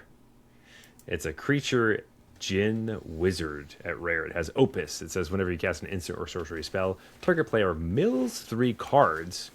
If 5 or more mana was spent to cast that spell, that player mills 10 cards instead. Basically the next Ruined Crab. Basically, just as easy to activate. Just kidding. No. Obviously, Ruined Crab triggered every time you played a land, so it was like way better. Because every deck plays lands. Not every deck cares about instants and sorceries in particular. However... Now I'm just thinking about the Ruined Crab planar engineering deck that could have been. Oh, buddy. That sounds like so much fun. We should go play that in Pioneer. Oh, never mind. Pour one out. Pour one out for Pioneer. No, I can't. I'm like running out of this beer. I can't even. It's not worth pouring out. Anyway, Exhibition Tidecaller. I love mill decks. Mill decks are so much fun. Mono blue mill decks are a blast. I have always loved those decks. So obviously, Zach, this card. imagine a world where we could just like defend ourselves, get our mill pieces in line, and then Armageddon. So that Oh, that sounds like so much fun. huh? Oh my god, In Armageddon I Standard, that's a possibility. that is a possibility. Oh, you're so right, Jeff. A blue-white mill deck that Armageddon's. Oh my god. Oh, and then you literally don't have enough lands to draw to play your spells because they're all gone. They're gone. Oh my, that sounds so good. Jeff, I got really excited there. Folks, we're holding a Armageddon Standard tournament on the Discord. 40 card. 40 card Armageddon Standard tournament. That's so good. It's just a bunch of mirror matches of this deck. Anyway, the only thing that's wrong with Armageddon is that it costs 4 mana, not 5. Because this card has Opus and cares about casting Son of a... casting 5. It's like they for it. didn't even think about Five. that when they printed Armageddon. I know, it's ridiculous. Anyway, the thing that I think is actually kind of interesting about this card, and the more I went back and forth about it, is that, like, obviously it looks like, hey, cast spells. Hey, I'm going to cast a mill spell, mill my opponent, they mill more. I'm going to cast a removal spell or a bounce spell or something, they mill. Obviously those are, like, what this is about. And then you're hoping that you can maybe make a card cost more so that you can mill for 10, right? In Standard, a lot of our mill pieces are actually like artifacts and stuff. And so we have a bunch of different things you can do. There's ones that like mill half of their library. There's ones that do a bunch of different things, but those also, I think, cost 4 mana. So it like doesn't really hit exactly what you want. So there's also a world where this is just like a Sultai kind of graveyardy piece, where instead of using some of your creatures, you're using like instants and sorceries instead. To be able, like, you're using your removal spells or your like the pieces that you're using to dump your graveyard to just dump extra cards to get there faster, which is a possibility.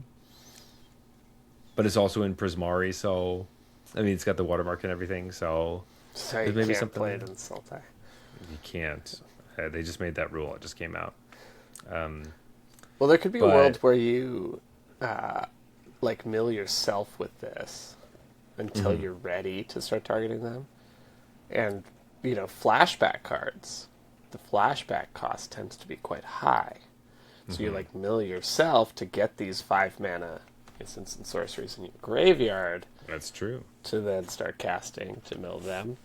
If you have, like, 2 of these, That's quite Opus a lot. milling is serious. 20 cards is a lot. It's better than half, to be fair. Half is not nearly as good as you think it is. Also, immediately underneath it, as far as like the cards that we're looking at on Scryfall, Mathemagics, which we haven't really talked about yet. I know, Jeff, you in particular love this card because obviously you're a math doctor, so like you care the most about math and keeping math healthy. It's XX blue blue for a sorcery. Target player draws 2 to the X cards. I'm not going to read how that works because I don't fully understand it either. But if you I are like that they printed it up to 5, and they're like, hey, if you're casting this for more than 12, you got to figure it out for your fucking self. I think that's probably smart. But basically, this is the old school mill your opponent out by making them draw a bunch of cards. There could be a world where you're playing Exhibition Tidecaller with Mathemagics, and your whole game plan is to generate tons of mana to then mill them a bunch and make them draw a bunch. If you can't get there with the Mathemagics, maybe it gives you you get to mill them out a turn earlier because you have the Tidecaller or 2. That's something. It's like a stroke of genius. It has that vibe Yeah, to yeah. it. This is also worth noting. This is the same math we did earlier on planar engineering of the Hydra being 32 damage because it's 5 lands, so 2 to the 5 is 32. 2 to the 5 is 32. I see, I see. I love that you Um, said we did the math when really just you did it and you got to give me credit for it. I appreciate that. That is how I did all of my homework throughout high school. That's how math works. Somebody does it, and many people get credit for it. Everybody else memorizes what they did and just agree that it's true. Yes, 32, 32. Yeah, no, that's a great pick.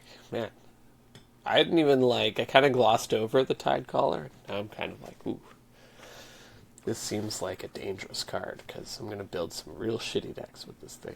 Oh yeah, I'm gonna blow 4 rare wild cards for sure on this, and it's also gonna make me blow more. I think that's what the half court shot That's the is. worst part, yeah. It's like not only am I spending 4 rare wild cards on this, but I'm also spending a bunch of other wild cards on other cards that help support this that I shouldn't be using. Also suck. Yeah. So, Mathematics is a terrible card. yeah, but I have a bunch of mythic wild cards. I don't care. The only thing I like about Mathematics is that somebody will use the word exponential growth correctly for the first time ever because of this card. Yes, there you go. Because we had a card that was called exponential growth. In the last set. Is that, yeah. I think was it? that would have been last Strixhaven, probably. I'm pretty sure because remember you getting pissed about that. That sounds like. There's also a bunch of other math stuff like square up and whatever else. Yeah, yeah. That I remember you didn't love, which is so funny because you're a math guy. But don't you want math in your fantasy card game? Yes, but Sorry, I don't, math themed fantasy. No, that I don't want. The game already has math in it. We don't need to. It's got good math in it too. Yeah. Anyway, Jeff, we talked about my half court shot, but what is yours? Oh right. I didn't want to pick this for multiple reasons, mostly because I really would like it to be good, and because we've talked about it before. But this just felt like the correct half court shot for me. I'm going to go with Ral Zarek. And okay, yeah, all right. That wasn't what I thought you were leading us into, but this was, I don't know. This is a card that I think has potential. It fits into a lot of archetypes. I think the bigger standard hurts this one a lot as well. Yeah. Because it's just like the bar is so high on 3-drops standard. But I think this has some potential. I'm definitely going to try it. You probably shouldn't. So I was like, okay, this is a perfect 3-pointer. yeah, Raul needs a lot of other stuff kind of going on, and obviously wants to be coming down kind of later. Like, I wish it impacted the board better, and it really feels like a 3-mana reanimate your 3-drop. Like, I don't know if you're playing this with like Sephiroth or what you were initially trying to think of, but or any 3-drop that comes in like enters with extra bodies to protect Ral the turn that he comes down. But Or like it you does need have to be on the play. Like it's just gonna feel so Yeah. weak if they get their 3-drop down first, right? So like I like this card, but it just feels like this is an old school standard card when maybe there's 6 sets in standard, and so maybe planar standard, but yeah. The fact that it doesn't feels like it's too far beyond this. the only way that it interacts with the board is returning a creature, and it can't kill your opponent's stuff. I don't know. It just it looks so much like Liliana of the Veil that it's weird that it's Right. But Liliana plussed to have each player discard a card, and this minus. Yeah, but it also says any number of target players, so you don't have to discard with this card. So True. But You don't yeah, have to target yourself. playing this and plussing to Surveil 2, your opponent's like, okay, sure. Like, they're not too worried about it. Yeah. But I was kind of surprised that you had put this at half court shot, but I think as we talk about it, I get it. Like, it makes sense. It's definitely something I'm going to experiment with, and I wouldn't recommend other people to do the same. So, Yeah. all right, but And let's. Okay, so do you have something to say about? I was just gonna say this is the first time we've put a planeswalker in the half court True. area. So it's good just to remind everyone that like this is the type of card that you would normally immediately think is worth a slot, because usually the planeswalkers are like Jeff, these were on your no pass list last week, right? Oh yeah, So- and they still are. But part of that is that I don't want to spend wild cards on it, but I do want to experiment with it. Which is a really good thing for the no pass list. So so interesting. So such a I feel like I'm taken aback. It was not the card I thought you were gonna put the Cauldron on this. List. It was between this and the Cauldron. Both are cards that I want to play and that I don't advise other people playing. Okay, all right. I like the stance that you took here. That's smart. That's strong. It's very bold. I love it. I'm all about it. But let's get into overrated cards though. Yeah. Because I do have one here. Because I see this popping up, and I'm hoping it's mostly Commander, but I've seen it in our Discord, and I've seen it on the internet, which I guess Discord is. I think this card sucks, and people are excited. Let's talk Dina's Guidance. Dina's Guidance is an instant. 1 black, green. Search your library for a creature card, reveal it, put it in your hand or graveyard, then shuffle. Why do people not think this card sucks? Because it lets you get whatever you want, Jeff. For 3 mana. I get to instant speed. So, people are going crazy about the instant speed and the fact that it can put it into a graveyard. You don't want this in Reanimator. This is bad. I agree. I think that we already have the 3-drop slot for that Reanimator deck, and I don't think you need to play this one. Just build your deck properly and self-mill, like the rest of us. Yeah. Or you literally got Discard, JED or in two sets ago. We got JED much that better, does this.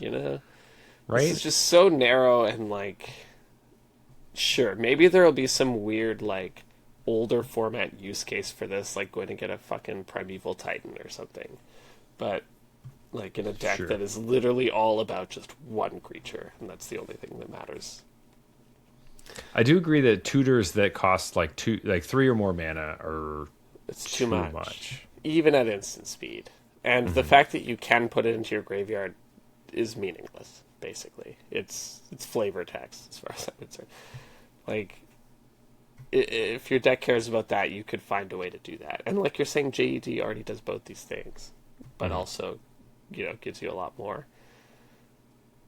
I don't know. This card is a classic card that reads well to a lot of people, but I think it's just really bad. And I don't think any deck that is trying to accomplish the things that this card says you should be working towards, I don't think this helps your game plan. It feels like it's adjacent to the game plan. I understand where people are coming from. I hear what adjacent is a good way. I think it's a trap, maybe. Maybe it's a good way to put it. If you're trying to do the Reanimator thing, or your deck super cares about one creature, you're better off just trying to build natural ways to do that. It's more of a deck building thing. Yeah. And people tend to love these cards that cheat deck building. But it's you could also just not have a card that does nothing and In your deck, naturally yeah. get these cards into your graveyard in a I better think way. that's a good way of explaining it. It's like sometimes, like theory crafting. I'm not trying to say that I'm a good deck builder because I don't think I am.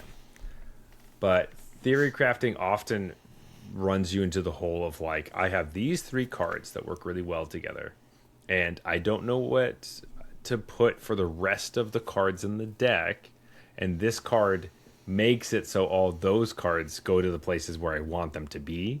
So I'm going to add four of these into my deck so that I get those cards in the places I want. It just costs me a Right. turn, which is a lot to do kind of nothing. Right. And the thing is, like, this sounds flexible, but this isn't flexible. Like, if you're playing in a reanimator deck, this does one thing. It gets the creature into the graveyard. Mm-hmm. Maybe if you're in the Spider-Man, like, whatever, the I mean, Ultimate that's Spider-Man. But then, like you said, JED is already the better version because it does both. yes. And so, if this could also get an instant of sorcery or something, like, you know what I mean? It's so specific. I wish So it cost 2 mana. expensive. If it was 2 mana, I'd feel better about it. Yeah, and I think I wouldn't be an advocate for it at 2 mana, but at 3, I'm a hell no. What is this? I'm a big no on 3. If it was 2, I would definitely play with the idea. Yeah, I would understand people's excitement if this costed green black. At 1 green black, I'm puzzled. I'm just like, that's too much. Yeah. I agree. Wow, that's a Overrated card. yeah, it's a pretty hot one. Yeah. I mean, my overrated card is a card that we kind of like talked about already, but it's the Osage. blue. Just doubling down. I understand. I did this to myself. I know. I understand. It's okay. I called Shieldred overrated. It's true. You did. I am saying stand by Emeritus of Ideation. The blue Emeritus is overrated. Yeah, We already that's talked good about pick. this previously, but the 5 mana 5/5. You know, it has Ancestral Recall. I get all that stuff, but it's so expensive to get the cards, and you could literally just play like Quantum Riddler or whatever to get the comparable stats and cards. That's the thing that makes it such a tough sell. Like Quantum Riddler is just so much better, isn't it? So much better, and it doesn't cost 5 mana. Like you get to play Quantum Riddler on turn 2 if you want. So like, it just does stuff. This sits in your hand, is a 5/5 that either gets killed immediately or you wait till turn 6 where you have 3 blue pips available to draw 3 cards. Like, sure, but that's like you survive to turn. It just doesn't do all the things that you think it does. And then like, I don't know. And this is a great call out because it's meant to drum up that excitement because it says Ancestral Recall on the card. Yeah, this But is when- this is the card that is like serialized in the set, right? But when I So- saw it, I was like, the fact that they put Ancestral Recall on this card means that it's sucks. probably bad. Yeah. Yeah. They tested it. They were like, "Can we really put this?" And they're like, "Oh yeah, we can. It's fine." It's fine. Not to say that like the game designers have enough time to test because I don't think they do.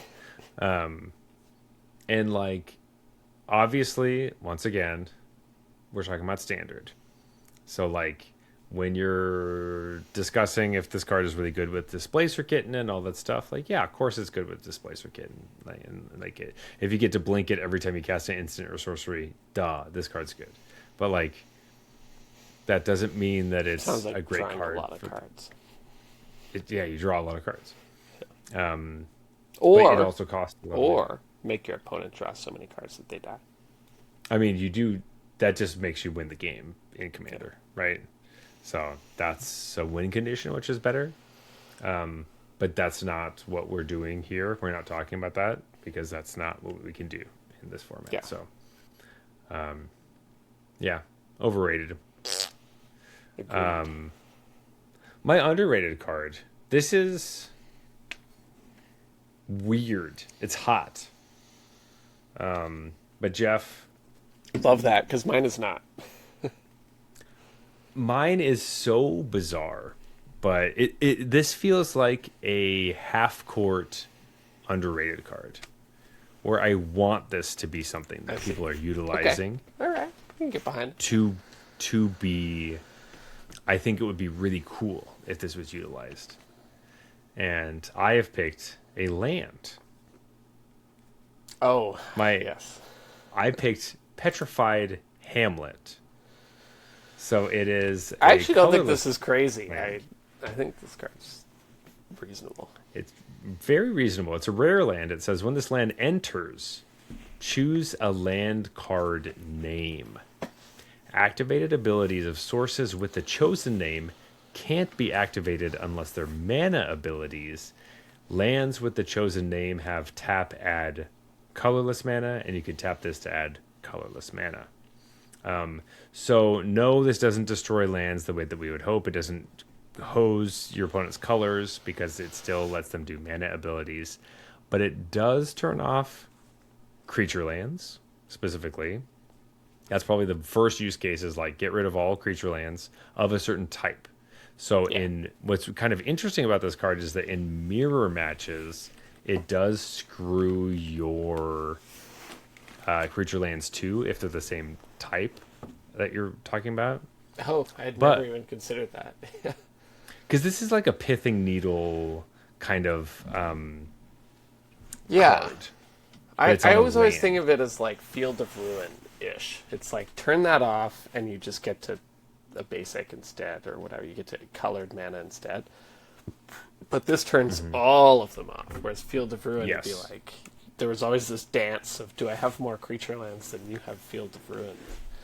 Yes, and this just says that creature land that you like that's really good in your deck, all of them are gone. Yeah. So I don't play any of them. So this card feels more like it's in a control deck, which wants to get rid of creature lands specifically. I think it's in the really same good. decks that would play Field of Ruin, right? Like, Yes. It's good against like the changeling one that's already colorless. but you're bang on. Yeah, Pithing Needle meets Field of Ruin, sort of. Exactly. It's just like, You're just gonna turn off all that stuff. It turns off the anchorage and things like that, which is important. But the there are a other lot thing of good lands in Standard that There don't are. just tap for mana. It can also turn off, if you're a deck that wants to counter spells, it can turn off the blue land from Tarkir that makes it so their spells can't be countered, which is probably pretty important for control matchups. If you have, like, it also turns off yours, which is a problem. But I think that's really interesting. To note, it doesn't actually stop, what's the, Cavern of Souls? Right. Because Cavern of Souls it's stapled to the mana ability Yeah. that says it can't be countered. So originally when I picked this card, I was like, oh, sick, it gets rid of Cavern of Souls. That'd be awesome. No, it doesn't do that, unfortunately. But it has a lot of utility with a bunch of other lands that we have. Like, there's a bunch of the sweet lands that we got from Avatar: The Last Airbender that you get to get rid of. Like the red one. Any land that you think is going to be problematic, this card is there for you. And what I think is really interesting is that you can either bake it into your mana base if you want, or just put it as a sideboard slot. If you're what the weird thing is about this that I just thought of, sorry, because I've been talking about Field of Ruin so much. You could name Field of Ruin to protect your own creature lands, and there's actually nothing they could do about that. Ooh, that's a really good idea. I didn't even think about that. Yeah, So you because name- it's not like a target or whatever. Once this comes down, and I say Field of Ruin, you can't You're destroy screwed. this with it in response or whatever. No. Your Field of Ruin It's is just over. done. Ooh, actually, is that the best thing to in those mirror matches? Is like, do you just play this on Field of I Ruin? kind of want to name Field of Ruin, but then they probably have their own petrified hamlets, so they have an answer to my creature lands, anyways. But But they have to. You force them to draw them, though. yeah, And how many And of you these are you can't playing? You know, one, maybe two, two. I was gonna say two at most. but Eh, it just originally like reading this card, I was like, because like I usually read cards as as far as like draft is concerned. I'm like, this is garbage. right. This is a bad. Don't take this in draft Don't ever take this in draft. unless it's But on your no pass list. yes, but I thought that was pretty interesting. I was like, Yeah, well, I so love this card. I feel like I haven't seen enough people talk about Petrified Hamlet, and I think this is pretty cool. I almost put it on my no pass list because I was like, "Ooh, the colorless Railland in this set like is the real deal." It's pretty cool. Like I've always been interested in cards that say choose a card name. I don't play them. I'm not good with them, whatever. But I always find them extremely intriguing Right. because of this type of stuff. So anyway, I'm a fan of this card. How do you feel about the lands with the chosen name have tap add for colorless claws? I hate that part. I also hate that part. Yeah, I because it already gives them mana abilities. It's like why? It's solely my. This is my like reading of it. It's solely so that it doesn't become a fetch land like nonsense in the old formats, right? So it's like, oh, Oh, you can't use any of your fetch lands now, or like, no. oh right. It turned. Oh, it's true. Okay, so it doesn't like stone rain their. It makes flooded their fetch strands. lands suck, but it doesn't just make them blank cardboard. And I was like, you should have It gone the also blank cardboard route. That would have no, but it also doesn't make your fetch land suck though too. right. Which is So then you're I like thought it if would you're be in so a much near, more interesting if it's like, hey, I'm not playing fetch lands. Fuck you. fuck you. Because you But still have to choose, and like modern decks will have 4 or 5 different fetch Versions. Right? Yeah. So it's still like flooded strand. Yeah. I think. Thoughtseize you? Okay, yeah, definitely flooded strand. Yeah, flooded street. Now you don't have any colors. See you never. You have no lands in your hand. That makes more sense. I was gonna say I wanted to pick up a playset of this in paper, but like it's $5 Canadian, Oh, and I was okay. like, oh, I was kind of hoping this was cheaper than that. People are onto it then. They are.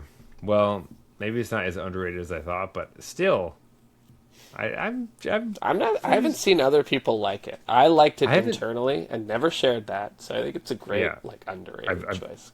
I've never heard anybody talk I feel about like a it, bunch so- of people are like surreptitiously being like, "Oh, this card's pretty good." We're gonna try to scoop them up. Yeah, before anyone starts talking about it, I think that's a good idea. Yeah. But Jeff, what's your underrated card that I should go pick up right now? It's similar. It's similar. It's a card we've already talked about, and I'm just not seeing the hype on it. And I thought this card was crazy. And since we spoke about it last time, it just feels like it's getting crazier and crazier to me. So, Fastland Scavenger, man. Like, isn't this card just nuts? And It I looks don't see so people good. going crazy about it. And I don't know why. Because the more I think about it, the more I'm like, this card just seems really fucking pushed. So This card was one of the cards that I played against in the pre-release, and the entire time I had a removal spell in my hand, and I was like, we have to kill this, right? Like It must die. it's got to die. And every turn I would wait for them to attack. I had it costs 2 mana if they attack with it, so I was like, we had not a great board state, so I was like, I feel like they're gonna attack. So you're and then, trying like, to activate it. develop, and then when they attack, kill them. But they Yeah, played so- around that. So Yeah, so they were basically playing around that and not ever really attacking. So I was like, all right, spend 5 mana, kill it. They played Royal Treatment, which is from the Mystical Archives. Give it Hexproof. I was like, you got to be fucking kidding me, buddy. I was pissed. We ended up still winning that game, luckily. But it did feel like at every turn there was something big and splashy that they were going to do. And luckily, when they did activate, they activated Activate. Unfortunately, the card that they were looking for wasn't a creature. They had some spells that would have been really helpful, but the creature part. It's So true. they ended In up. this like draft format, it's made that second part is maybe Mm-hmm. not quite as good as it normally would be, but Yeah. still Yeah, good. Come on. they were looking for a board wipe basically, and but also looking for some big creatures in the meantime because they had a mixture of both. I think it was like a Sultai deck, and it Right. ended up being like, oh dang it, we milled the board wipe we were Yeah, looking for. and always, as someone who's played a lot of Sultai, you always mill the stuff you're hoping to hit and draw the stuff you're hoping to mill. Yeah, It's just the play pattern. this is why I don't play those decks because it always does that. I get pissed off. Yeah. Yeah, me too, but I keep playing them. Yeah. Yeah, no, this card just seems great. By the way, that feeling that you experienced, I have to imagine is what my opponents experienced when I Veil of Summered them. Of the, like, you Yes. gotta be fucking kidding Yeah. me. No, let me tell you. On turn 3 of our first game of playing the entire event, both opponents tapped out. We cast. I can't even remember what the card was. No, we got dazed. It's even better. It was like Yeah. Force of Will and Draft, like, you're still probably ahead, but... Yeah, Force of turn Will. 3. I don't think playing it in draft is a very good idea because of the Be whole 2 for 1 like. yourself. Yeah, it's not a good. Plan. And take Also, a point of damage. Yeah, you also have to like skew your whole deck blue just to play that card. Days, however, you do throw yourself back a turn because you have to return a land to your hand, an island. Yeah. But it did get us, and it was brutal. I was like, damn it. I can't believe we hilarious. got dazed. Because I actually don't think either of those cards are that good. This Well, goes yeah, back but- to like me talking to people about how Brainstorm's just not that good in a typical draft format, and Yeah. people not agreeing with me, and I was just like, what does it do? It's just You just get to look at more cards. But if you don't get to shuffle, yeah. there are situations where the third card down on the top of your library would win you the game, and you were gonna die in the next 2 turns. Yeah, and yeah. if this was something else, you wouldn't like. It's just like the stars have to align for that to be good, though. Yeah. But most of the time, you're going to have it in your opening hand with one land and be like, I'll find a land. I have Brainstorm. And then the game's over because you don't Yeah. find one. Because you don't, and there's nothing you can do about it. Yeah. Yeah, and you know you're going to lose. So Right. it's like, You're just it's like, fuck it. Well, actually, it's a reason to play Brainstorm. It's like, if I'm going to lose this game, I might as well know now. Like, let's not Yeah, waste that- the time. well, that way I can just go to the bar, get another beer, and then Exactly. we're just, I didn't get to drink any beer at the Spotlight. yeah.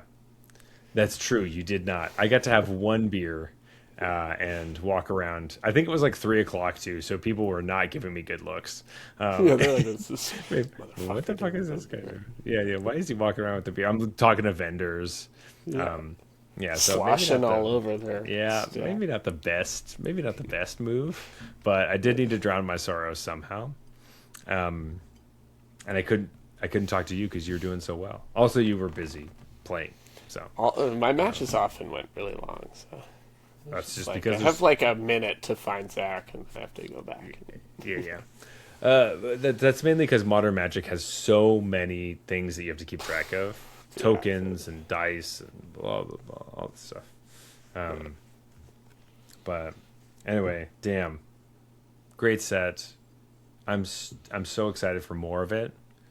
Yeah, this is the best. I haven't been able to play like a ton, but what I have played has been super fun. So. Yeah, it's been great. I'm excited for more of it, and just feels like we're back, baby.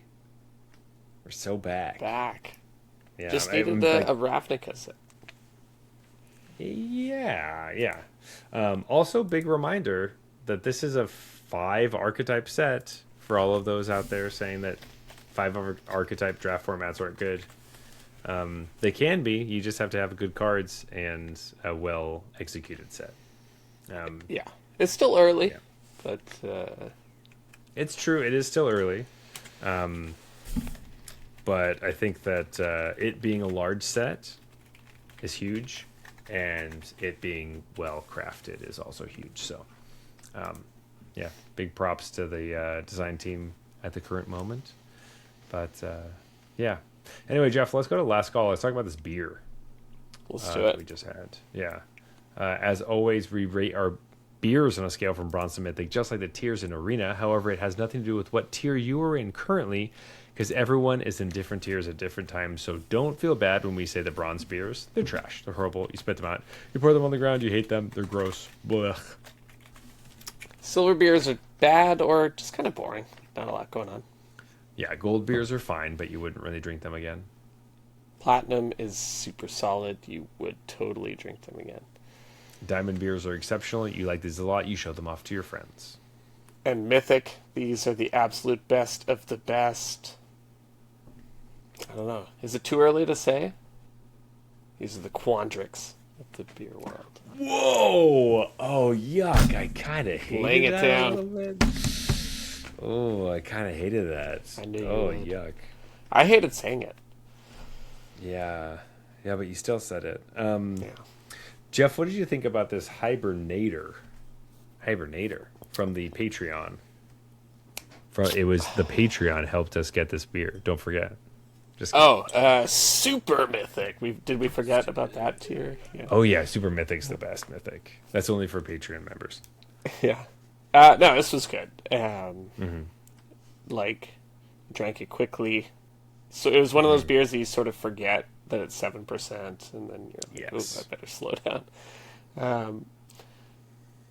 But like I said, coming in, there are some heavy hitters in this category that I'm naturally going to compare it to, and I think some of the beers that we have had that are similar are just a touch more beery to me. This is a little more like Sour. almost like a fruit wine or a fruit sour like kind of thing, where it's bubbly, it tastes like the peaches they promised, and it has that sour for sure, but I didn't get that like beer backbone that I am looking for in a lot of these.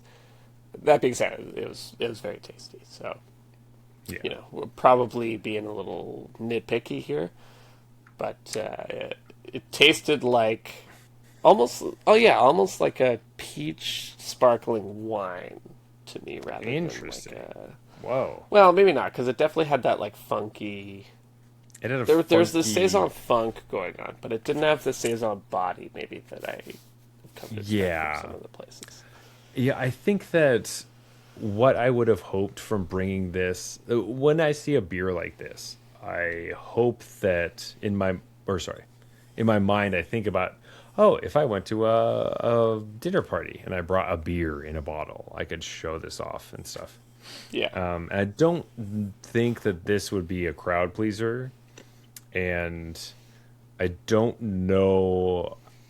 I didn't feel a ton of peach myself. It felt like a very well executed beer, but I didn't know how special it really felt or tasted. Yeah. Like I really liked it, but I don't feel confident that I'm going to get a Hibernator 2026. Do you know what I mean? Like I'm not. Oh yeah. No. I'm not like oh I need to keep up with this series. Like I really liked it. I want to show this to people. This feels very like sweet. I'm so happy I tried that, and now I know that like I won't ever have to think about what this beer tastes like, because I know now, and I will not necessarily avoid it, but I liked it. It's just one of those things that if this is the like type of beer we're talking about, I have some go-tos that I would prefer. Of for this course. kind of thing. Like, you know, if we're comparing this to Barrel Heart, I think Oh, that's a night and day. Barrel Heart's definitely night and day. Yeah, Barrel Heart's head and shoulders above. So I'm gonna call this Hibernator. Like I'm gonna give this like it's a nice platinum. I think like it's good. I like it. Yeah, that's kind of what I was thinking. Like, I definitely enjoyed it. I think it would be unfair to put it lower than that.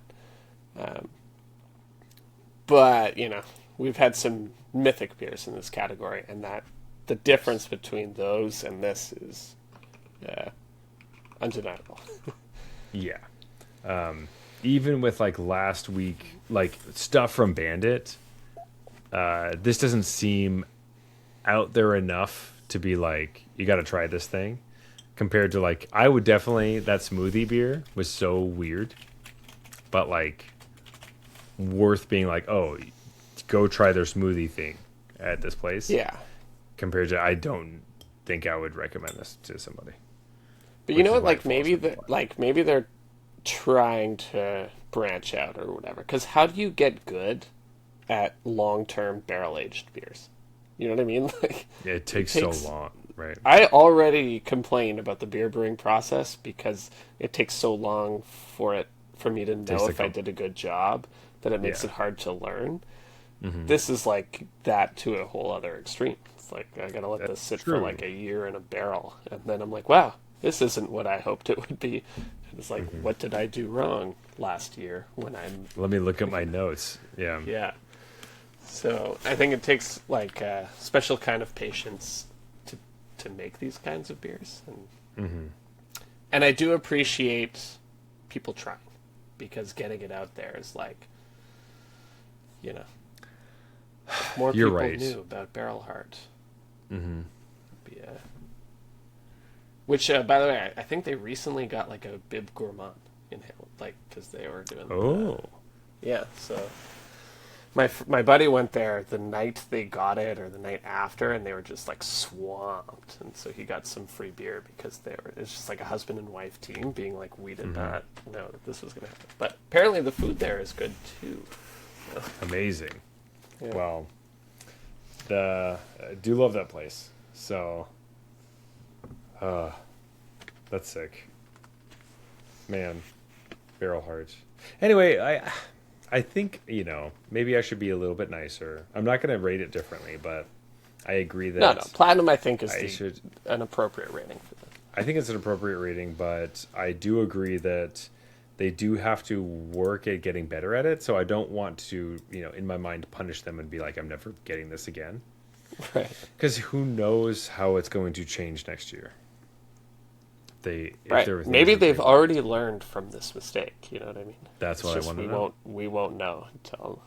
If next year it tastes platinum again, then it's like, all right, maybe I'm done then. But okay, all right. It's nice to go to a new brewery and try their stuff and like make a decision on them. So Totally. this is part of that process. But anyway, Jeff, It's just a cutthroat world, man. There's so many great microbreweries out there that. there are. It's really hard.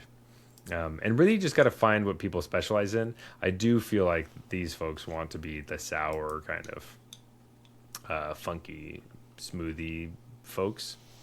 It's tough, man. You're competing with Bellwoods. Yeah, but Bellwoods is almost more IPA. I mean, like, yeah, they do have, like, obviously they're Jelly Kings.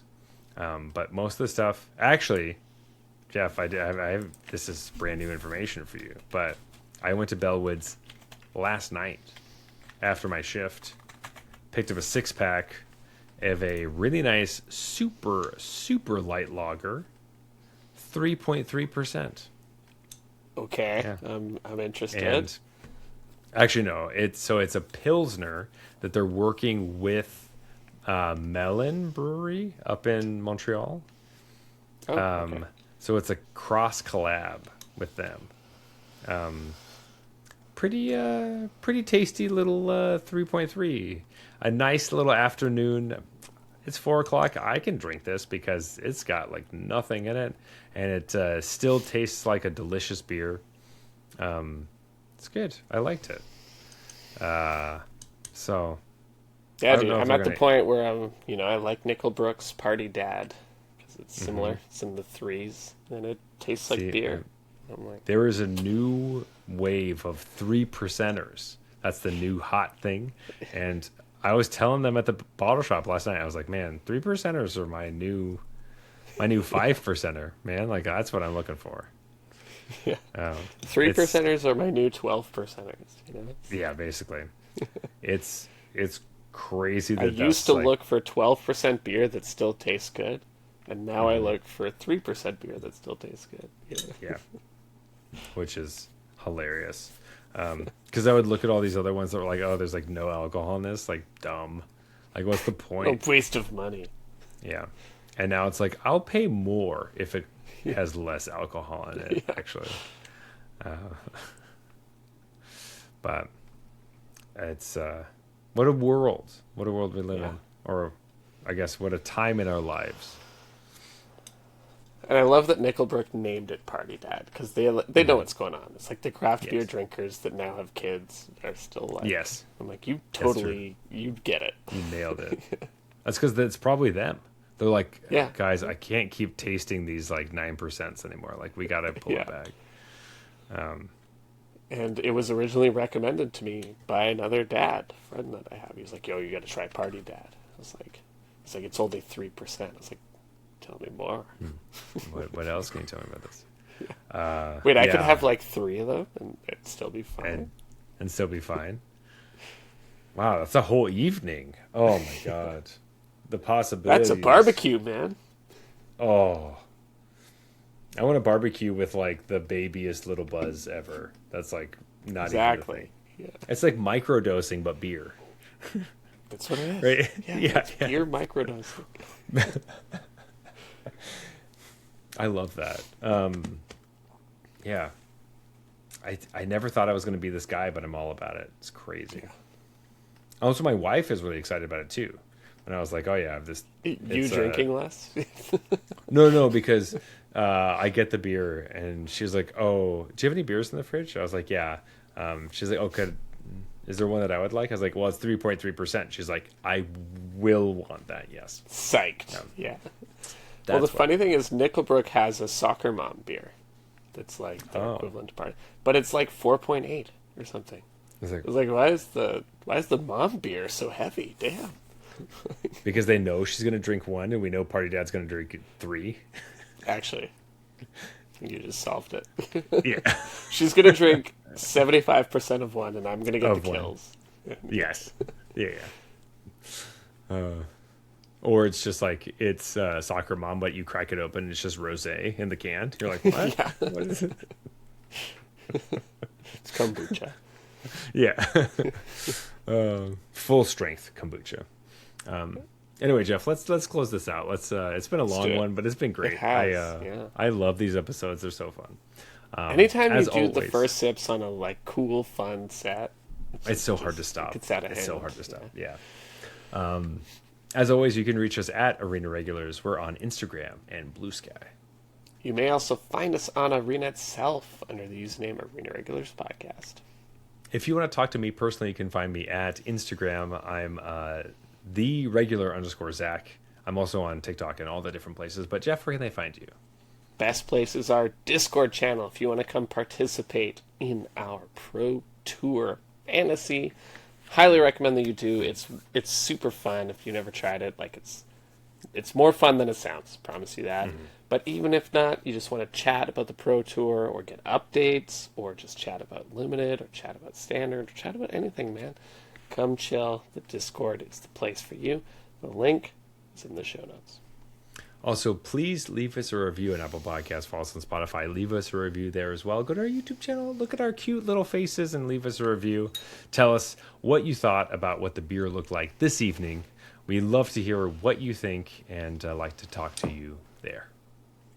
This has been the Arena Regulars. Reminding you that this is a Ravnica set, man. And that's why it's so awesome. Check it out. Good night.